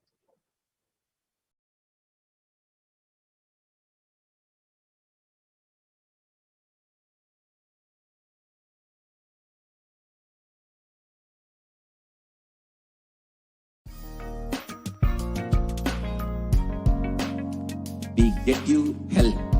We get you ability to build beautiful relationships in your life.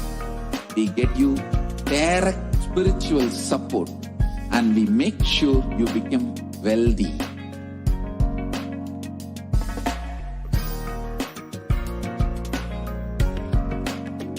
We won't stop giving you just good life. We will literally not stop enlightened life.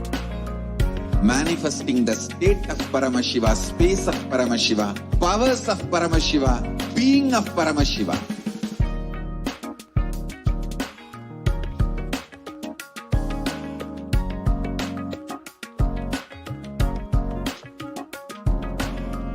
Whole world should become e-Kailashian. I want the whole world to know Hindus have something great to contribute to the world.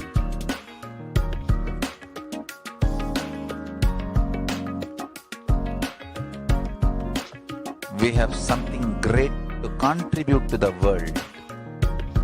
Let us do that.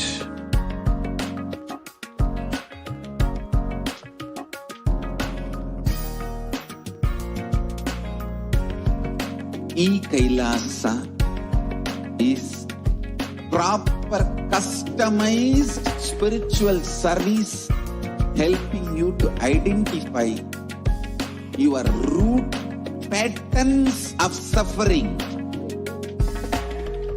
We have perfected the science of helping every individual from every cultural, religious, nationality background.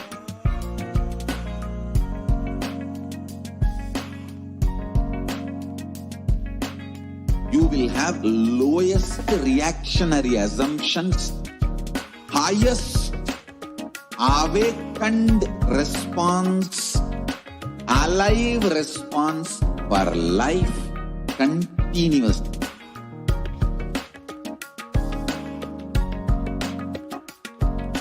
E-Kailasa is enlightenment ecosystem, enlightenment itself in your own home, wherever you are.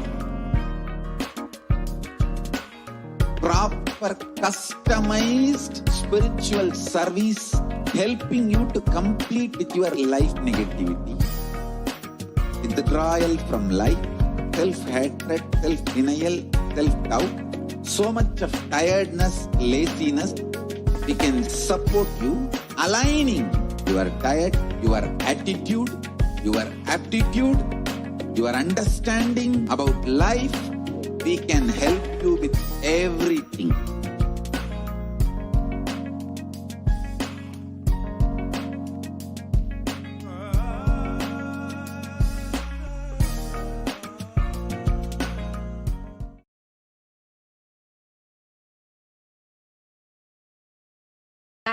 Nithyananda, welcome back, dear viewers. And so far we saw the various commendation letters and proclamation letters from all across the globe that were offered at the lotus feet of the Supreme Pontiff of Hinduism.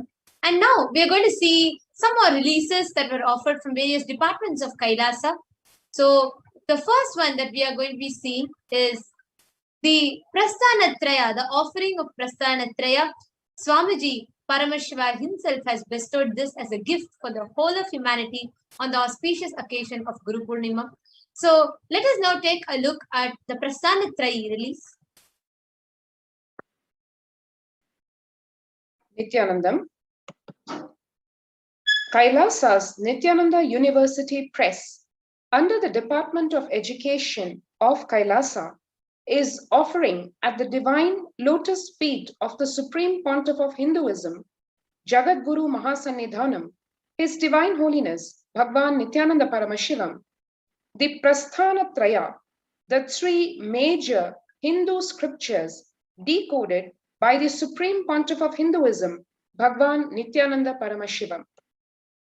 The Prasthana Traya comprises of the three pillars of Hinduism, the essence of the 108 major Upanishads, the science of Jivan Mukti or living enlightenment, revealed by Paramashiva himself and repeated by the Nijavatara, the living incarnation, the Supreme Pontiff of Hinduism, Bhagwan Nithyananda Paramashivam.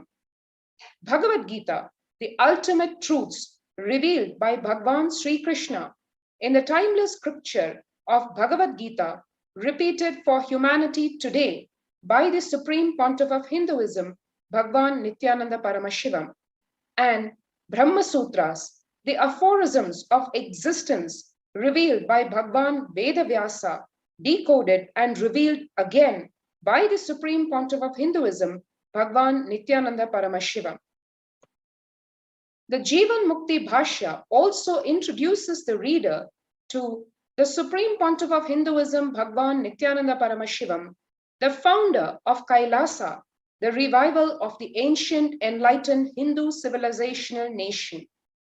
The countless contributions of Kailasa to Hinduism and humanity at large. The 5,000-year-old Hindu Holocaust that is continuing as the persecution of the Supreme Pontiff of Hinduism, Bhagwan Nithyananda Paramashivam, and Kailasa.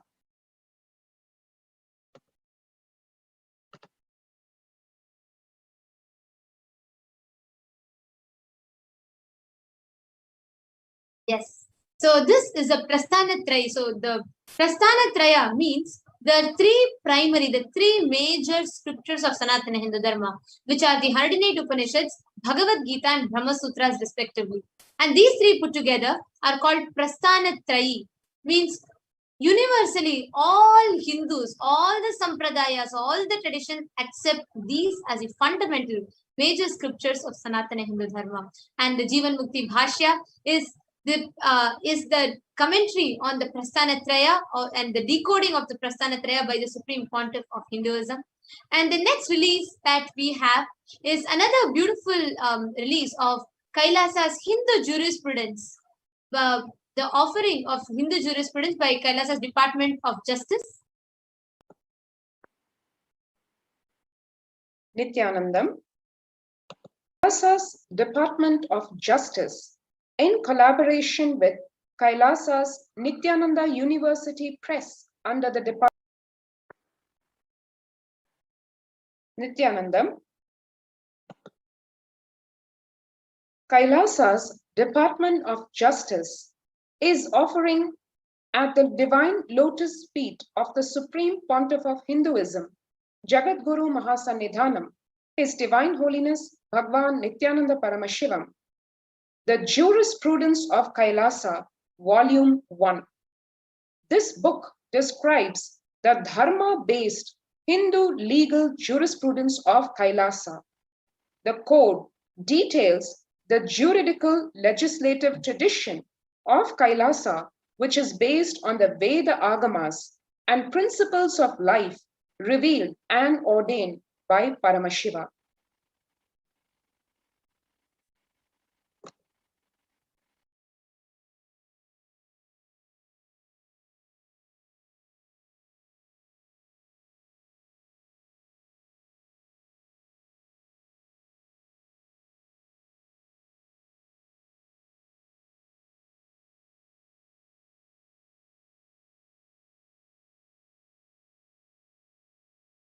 Yes. And the next offering that we have is another beautiful offering. Actually, this is every Hindu, the way we know ourselves. It is based on what we have learned about Hinduism. See, the history literally determines 50% of the way how you cognize about yourself and your entire lineage. Unfortunately, for us Hindus, even in the history textbooks, we are taught our history as mythology. Ask anyone, the great scriptures like Ramayana, Mahabharata are taught as myths to us. They're not taught as history. We only learn our history with more of the Mughal invasions, British invasions, and not what rich lifestyle the Hindus had lived. What amazing, how Hinduism is the greater science of life. The Supreme Pontiff of Hinduism has now compiled this entire Sanatana Hindu Dharma, and this book is a small glimpse of that, which talks about the grand narrative of Hinduism. And as a gift to the whole of humanity, on the auspicious day of Guru Purnima, the Supreme Pontiff of Hinduism has gifted this book. Nithyanandam. Kailasa's Department of Justice, in collaboration with Kailasa's Nithyananda University Press under the Department of Education of Kailasa, is offering at the Divine Lotus Feet of the Supreme Pontiff of Hinduism, Jagadguru Mahasannidhanam, His Divine Holiness Bhagwan Nithyananda Paramashivam, Kailasa, the Grand Narrative of Hinduism. This book introduces the reader to the Supreme Pontiff of Hinduism, Bhagwan Nithyananda Paramashivam, the founder of Kailasa, the revival of the ancient enlightened Hindu civilizational nation, the countless contributions of Kailasa to Hinduism and humanity at large, the 5,000-year-old Hindu Holocaust that is continuing as the persecution of the Supreme Pontiff of Hinduism, Bhagwan Nithyananda Paramashivam, and Kailasa.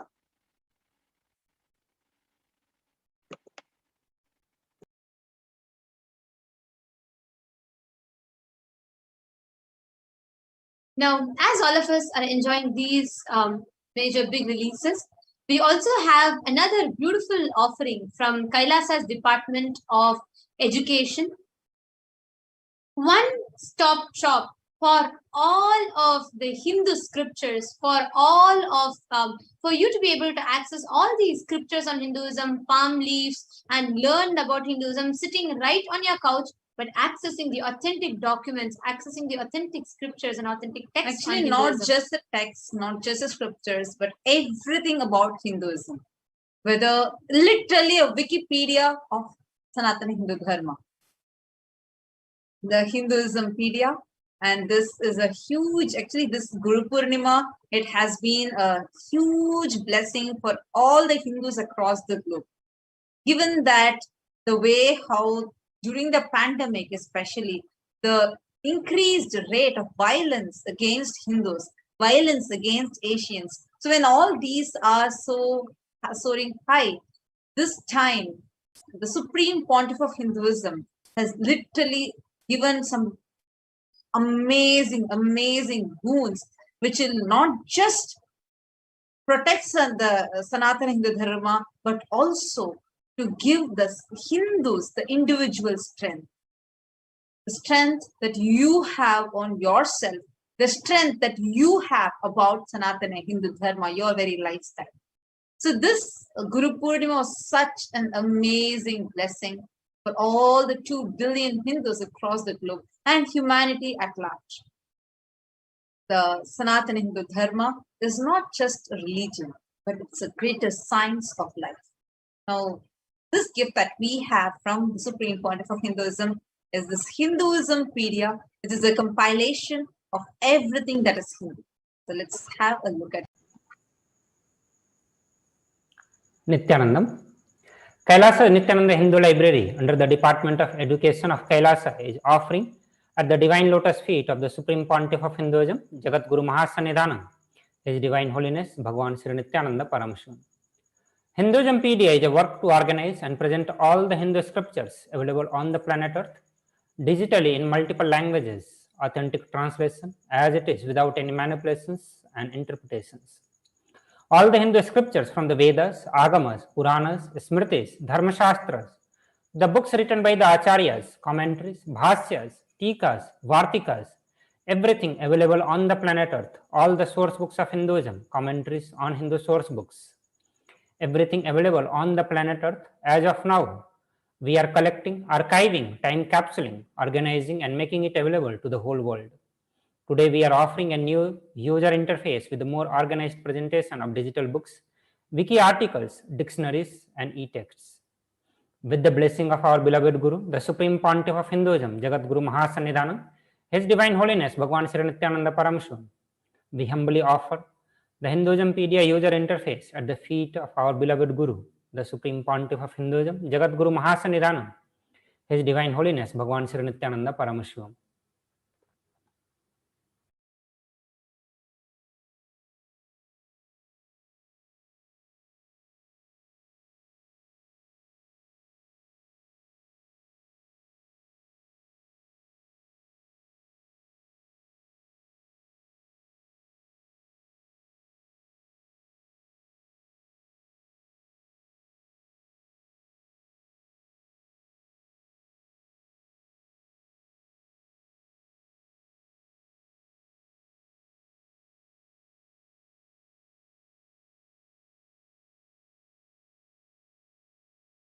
Hinduismpedia is the Wikipedia of Sanatana Hindu Dharma.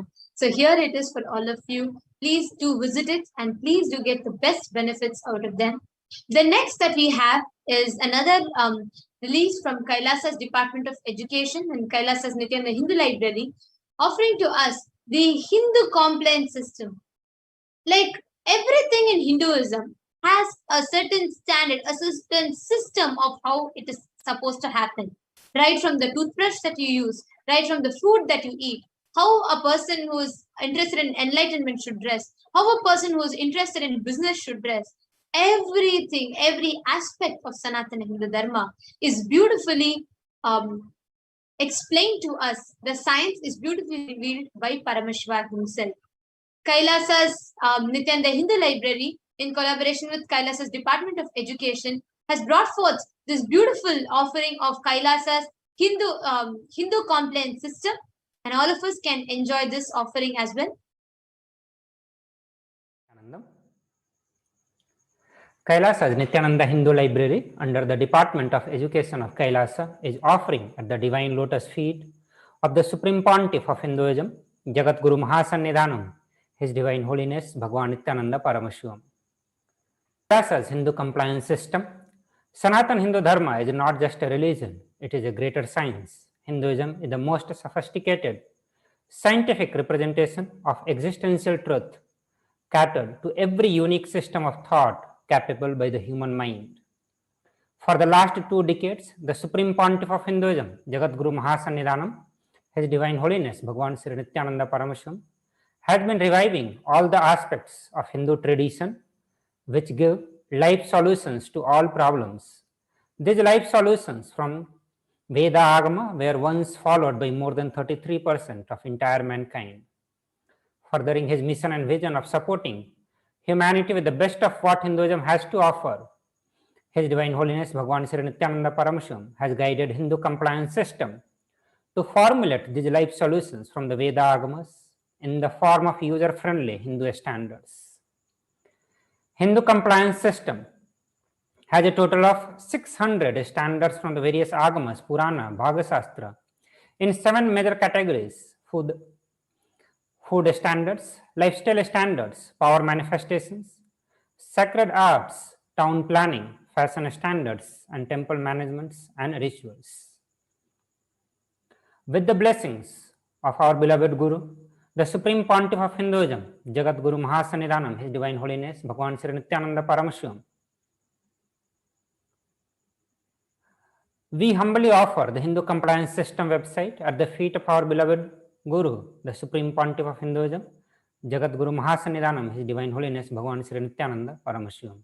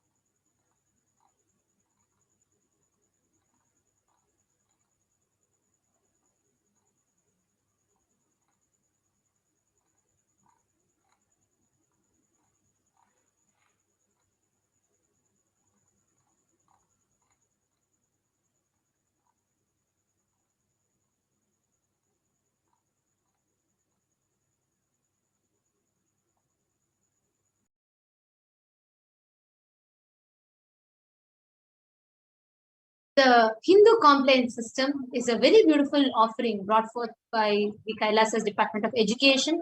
It consists of 600 major standards brought forth to us from Agamas, Puranas, and various scriptures of Sanatana Hindu Dharma in 7 major categories, which includes fashion standards, food standards, lifestyle standards, education standards, and so on. Now, next, we have another beautiful offering from Kailasa's Department of Education in collaboration with Kailasa's Nithyananda Hindu Library, which bringing forth to us a beautiful digital library sitting where you are. You get to access some of the rarest manuscripts of Sanatana Hindu Dharma Library, and the best thing is everything completely available for something unimaginable and unfathomable what the Supreme Pontiff of Hinduism is doing to the world. Because these scriptures are not just books, but they contain some of the rarest sciences, sacred secrets, many sciences, including the science of alchemy or the Vaimana Shastra, like the science behind aviation or everything, the gemology, astrology, and a range of other subjects. Shaivism, Kashmir Shaivism, Veera Shaivism, every subject to its core. If all the books are available to us and you can access it, that's the best news about it. So now let's have a look at this topic.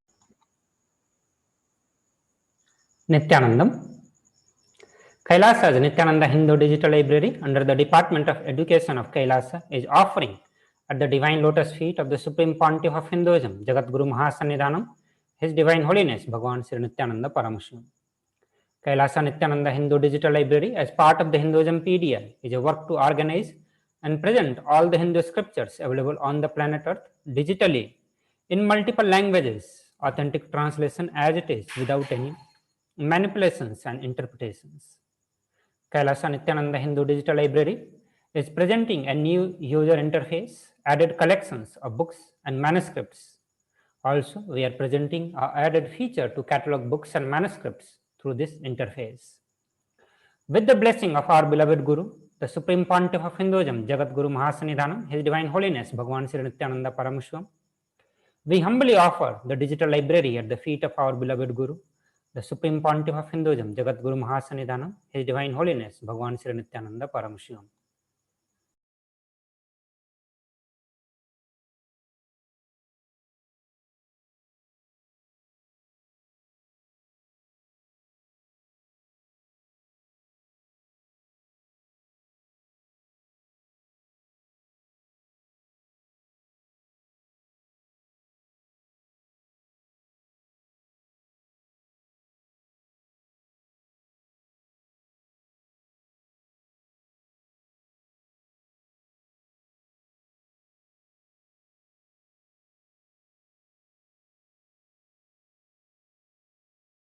The next gift that we have from Kailasa is a very, very, very exciting one. How many times have you thought, wow, today's my birthday, I would just like to have the live darshan of Bhagwan Kalavira, just get his blessings in. Or I'm just going to head out, I'm going to go and start this new project, and I would just like to have darshan of Swamiji. And so many times, all of us would have wondered how nice it would be. Like if I was there right now, if I was there in Adi Kailash, I would have just gone to have the darshan of the deities in temple. Things like this. The most compassionate avatar has made this possible and accessible for all of us. We can have live darshan, including the darshan of the banyan tree, the Kalpataru, and the darshan of Bhagavan Nithyanandeshwara, Nithyanandeshwari, and the Nithyananda Linga and Swamiji. Like this, a range of deities from Adi Kailasa are digitally available live for all of us to have darshan. And there's also a prayer request form where you can fill in and ask whatever boons that you want to ask and get the blessings from the deities directly. how more user friendly can ever a temple be? This is just amazing. And Supreme Point of Hinduism has given this as gift to all of us. So stay tuned, where we are going to be sharing about that website now. Presenting a new temple online ecosystem that is virtual, educational, and devotional. Kailasa's Nithyanandeshwara Paramashiva Devalayam is bringing Kailasa's temple ecosystem to you wherever you are. Become a part of this authentic Hindu experience. Stay up to date on all the latest happenings at the Nithyanandeshwara Paramashiva Devalayam in Adi Kailas. Discover the Sarvajñapita, the seat of the Vedagamic knowledge. Experience live darshan of all the gods and goddesses in Kailasa and offer your worship and prayers. Don't miss out on the wonders of having a temple ecosystem in your life.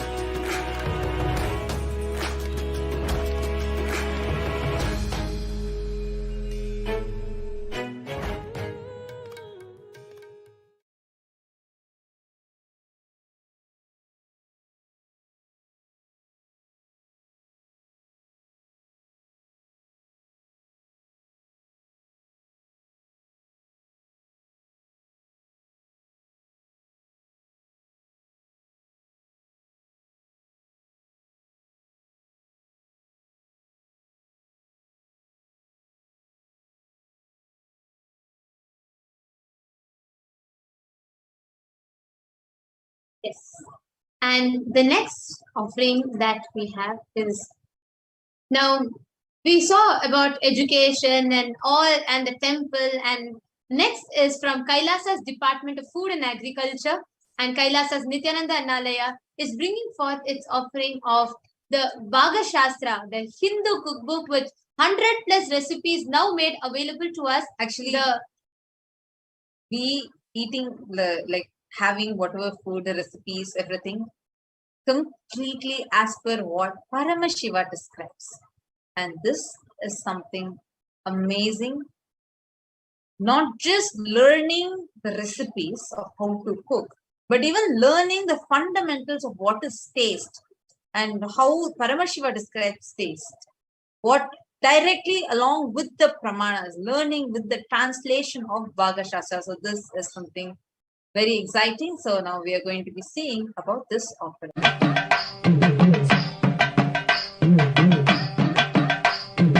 Annamidum annayum nee Anandeshwari Nithya Anandeshwari Adi Shakti Nayakiye Anandeshwari Nithya Anandeshwari Annamidum annayum nee Anandeshwari Nithya Anandeshwari Adi Shakti Nayakiye Anandeshwari Nithyanandam. This is Manitya Jnanapriyananda on behalf of Kailasa's Nithyananda Annalaya Teamili is offering our most humble pranams at the divine feet of our beloved Guru, the Supreme Pontiff of Hinduism, Jagadguru Mahasannidhanam, His Divine Holiness Bhagavan Nithyananda Paramashivam. On this auspicious occasion of Guru Purnima celebration, Kailasa's Nithyananda Annalaya is offering Volume 1 English translation of Hindu Paka Shastra, the science of Hindu cooking directly revealed by Bhagavan Paramashiva himself to Devi Parashakti and revived by the 1008th living incarnation of Paramashiva, Bhagavan Nithyananda Paramashivam. It's not only just food, but life itself is digested in the stomach. What makes Bhaka Shastra so remarkable is that every sphere of cooking is explained in minute and meticulous details. One dare say, no such cookbook exists today that can match the depth and breadth of wisdom on the science of cooking in this textbook. No facet of cooking is overlooked.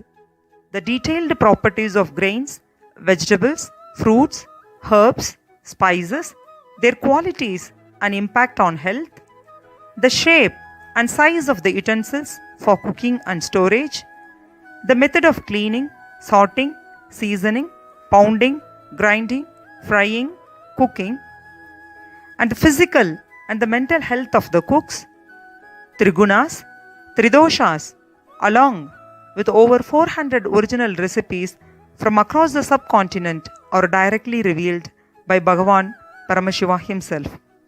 We are very delightful to offer such an ancient wisdom of knowledge at the divine feet of our beloved Guru. And I take this opportunity to thank with full of heart to our Nithyananda Timili, Ma Nithyananditananda, Ma Atira Suresh, Ma Rekha Rajesh, Vikesh, Kalyana Sundaram, and Kavi Pradap for their contribution with utmost devotion and dedication and integrity to our beloved Guru.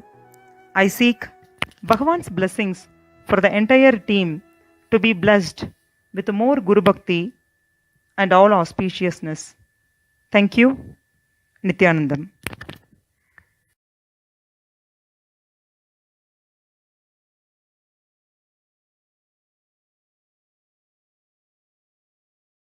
So this Annalaya's gift, Kailasa's Nithyananda Annalaya's gift of Bhaga Shastra is something that's not just useful for us as seeing recipes, but literally something that will revolutionize the way we eat, the way how we experience the taste of it. So something amazing, amazing gift that we have been gifted with.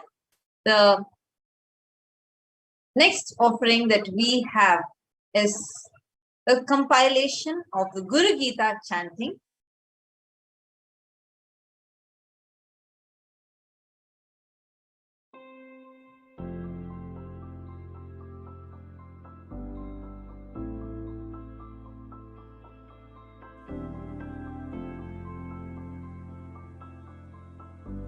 I still remember once, only one sloka of Guru Gita, Arunagiri Yogeshwara chanted and taught me. Nithyanandam Paramasugadam Kevalam Jnanamurtim. That's only sloka he chanted and taught. Just put his hand on my head, I just know the whole Guru Gita got downloaded. Even now I can chant the whole Guru Gita.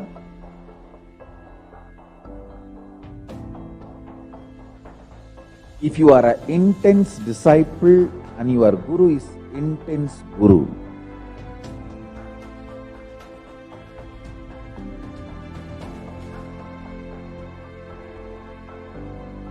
I want to assure all my disciples, I am intense Guru. I take myself very sincerely. I take my responsibility as Guru very sincerely.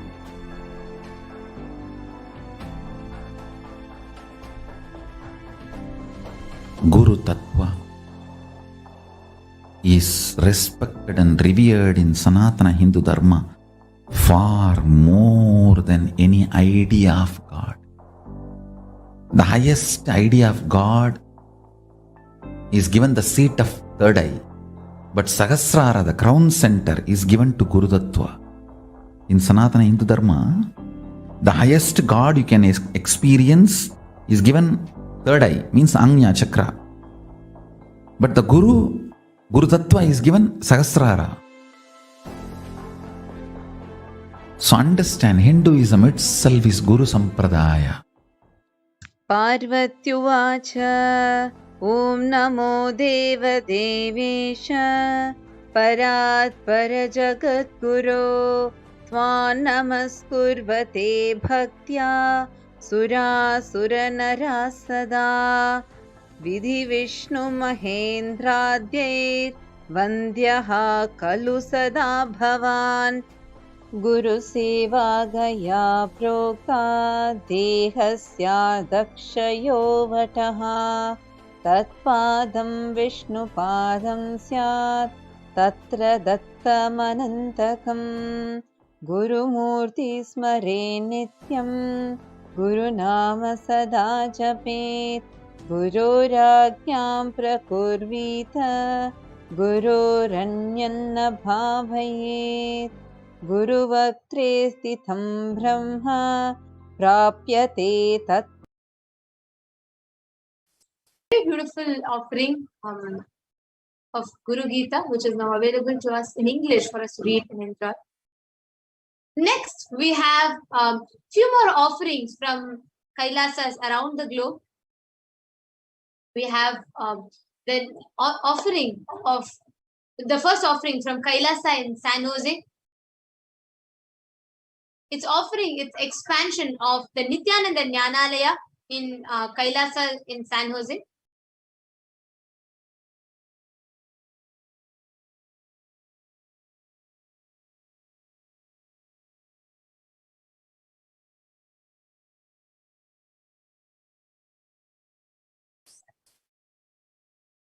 So there, the Kailasa in San Jose is offering at the Divine Lotus feet of the Supreme Pontiff of Hinduism, Jagadguru Mahasannidhanam, His Divine Holiness Bhagavan Shri Nithyananda Paramashivam. It's expansion of Nithyananda Jnanalaya.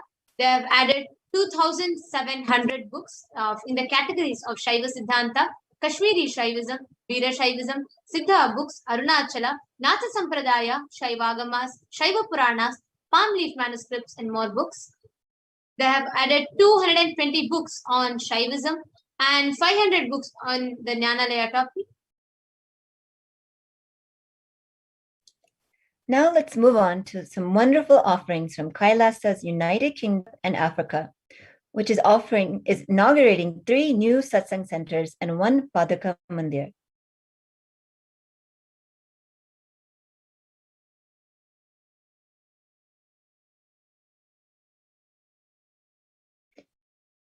The first new satsang center is Kailasa, Russia, in Moscow, Russia. The coordinator is Sergei Kryoshtov.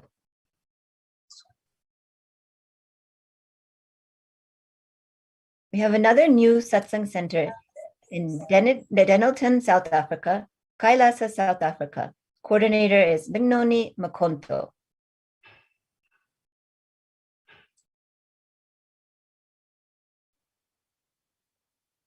A new satsang center from Kailasa, Austria, Scheffling am See, Austria.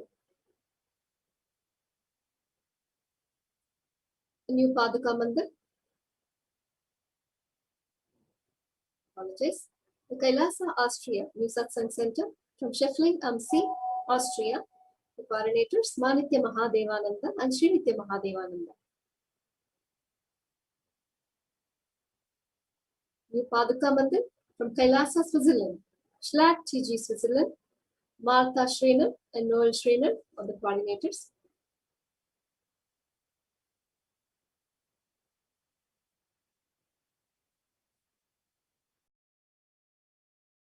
The next offering is from Europe. We have 3 books that are translated in 3 different languages. One is the Living Enlightenment book, the Jivan Mukti book, which is translated and available for free download at Nityanandapedia. This book is the translation of Living Enlightenment in Italian and translation of Living Enlightenment book in Dutch. Both of these are available completely free of cost for download. And the next book is translated to Czech language, which is Arunachala, the giver of Nithyananda.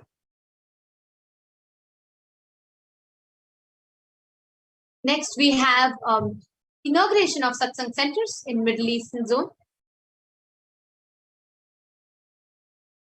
We have the satsang center in Doha, Qatar.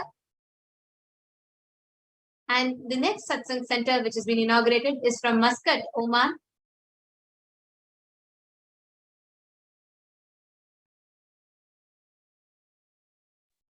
And Kailasa in Los Angeles is now also offering us the virtual darshan of all of its deities. Now each of us can have the darshan of the deities at Los Angeles Temple online in their official website.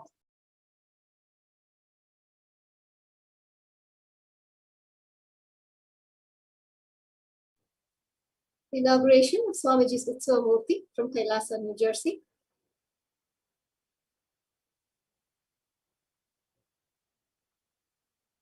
On the auspicious day of Guru Purnima, Kailasa, New Jersey, New York, inaugurated the Swamiji's Utsava Murti, blessed by the Supreme Pontiff of Hinduism, and they also offered Guru Homa on this auspicious occasion.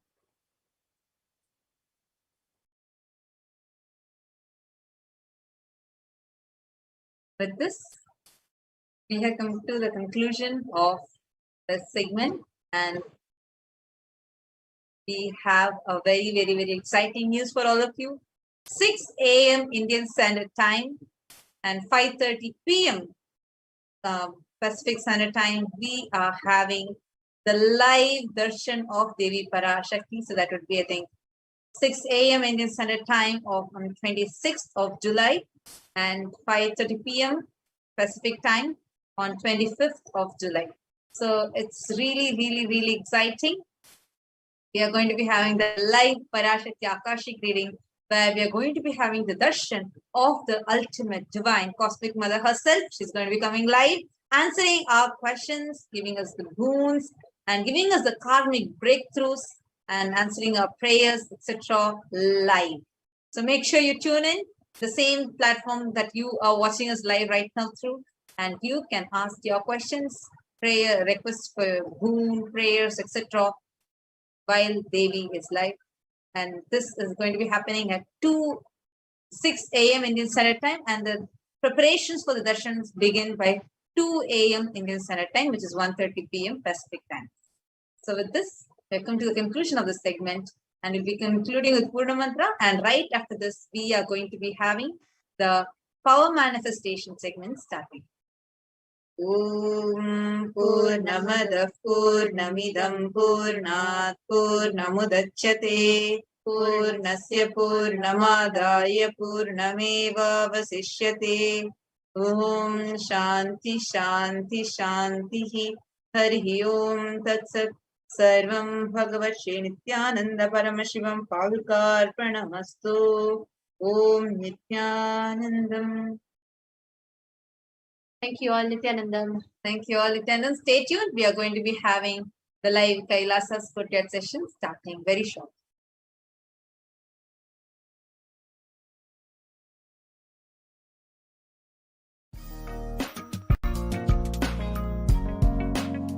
We get you health. We get you ability to build beautiful relationships in your life. We get you direct spiritual support, and we make sure you become wealthy.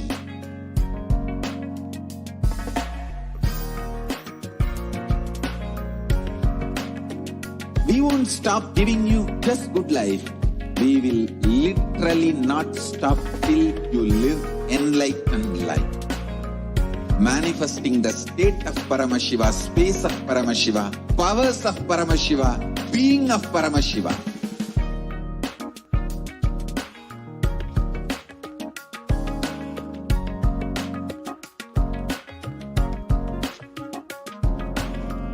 Whole world should become e-Kailashians. I want the whole world to know Hindus have something great to contribute to the world.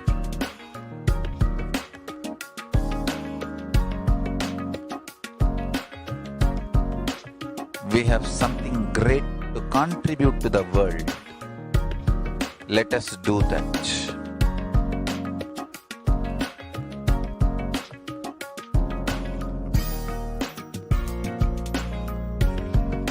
E-Kailasa is proper customized spiritual service helping you to identify your root patterns of suffering. We have perfected the science of helping every individual from every cultural, religious, nationality background.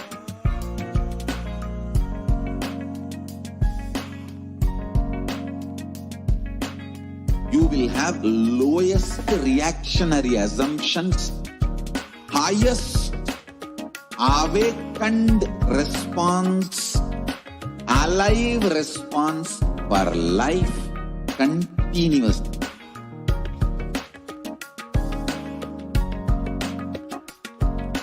E-Kailasa is enlightenment ecosystem, literally enlightenment.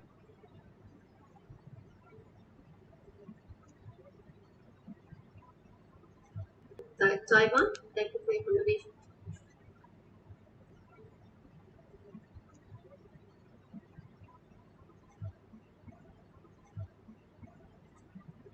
Taiwan. Thank you for your contribution. Ecosystem, literally enlightenment.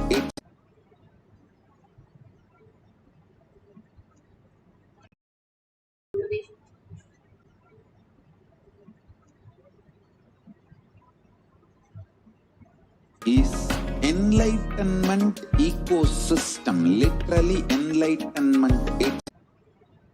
Ecosystem, literally enlightenment.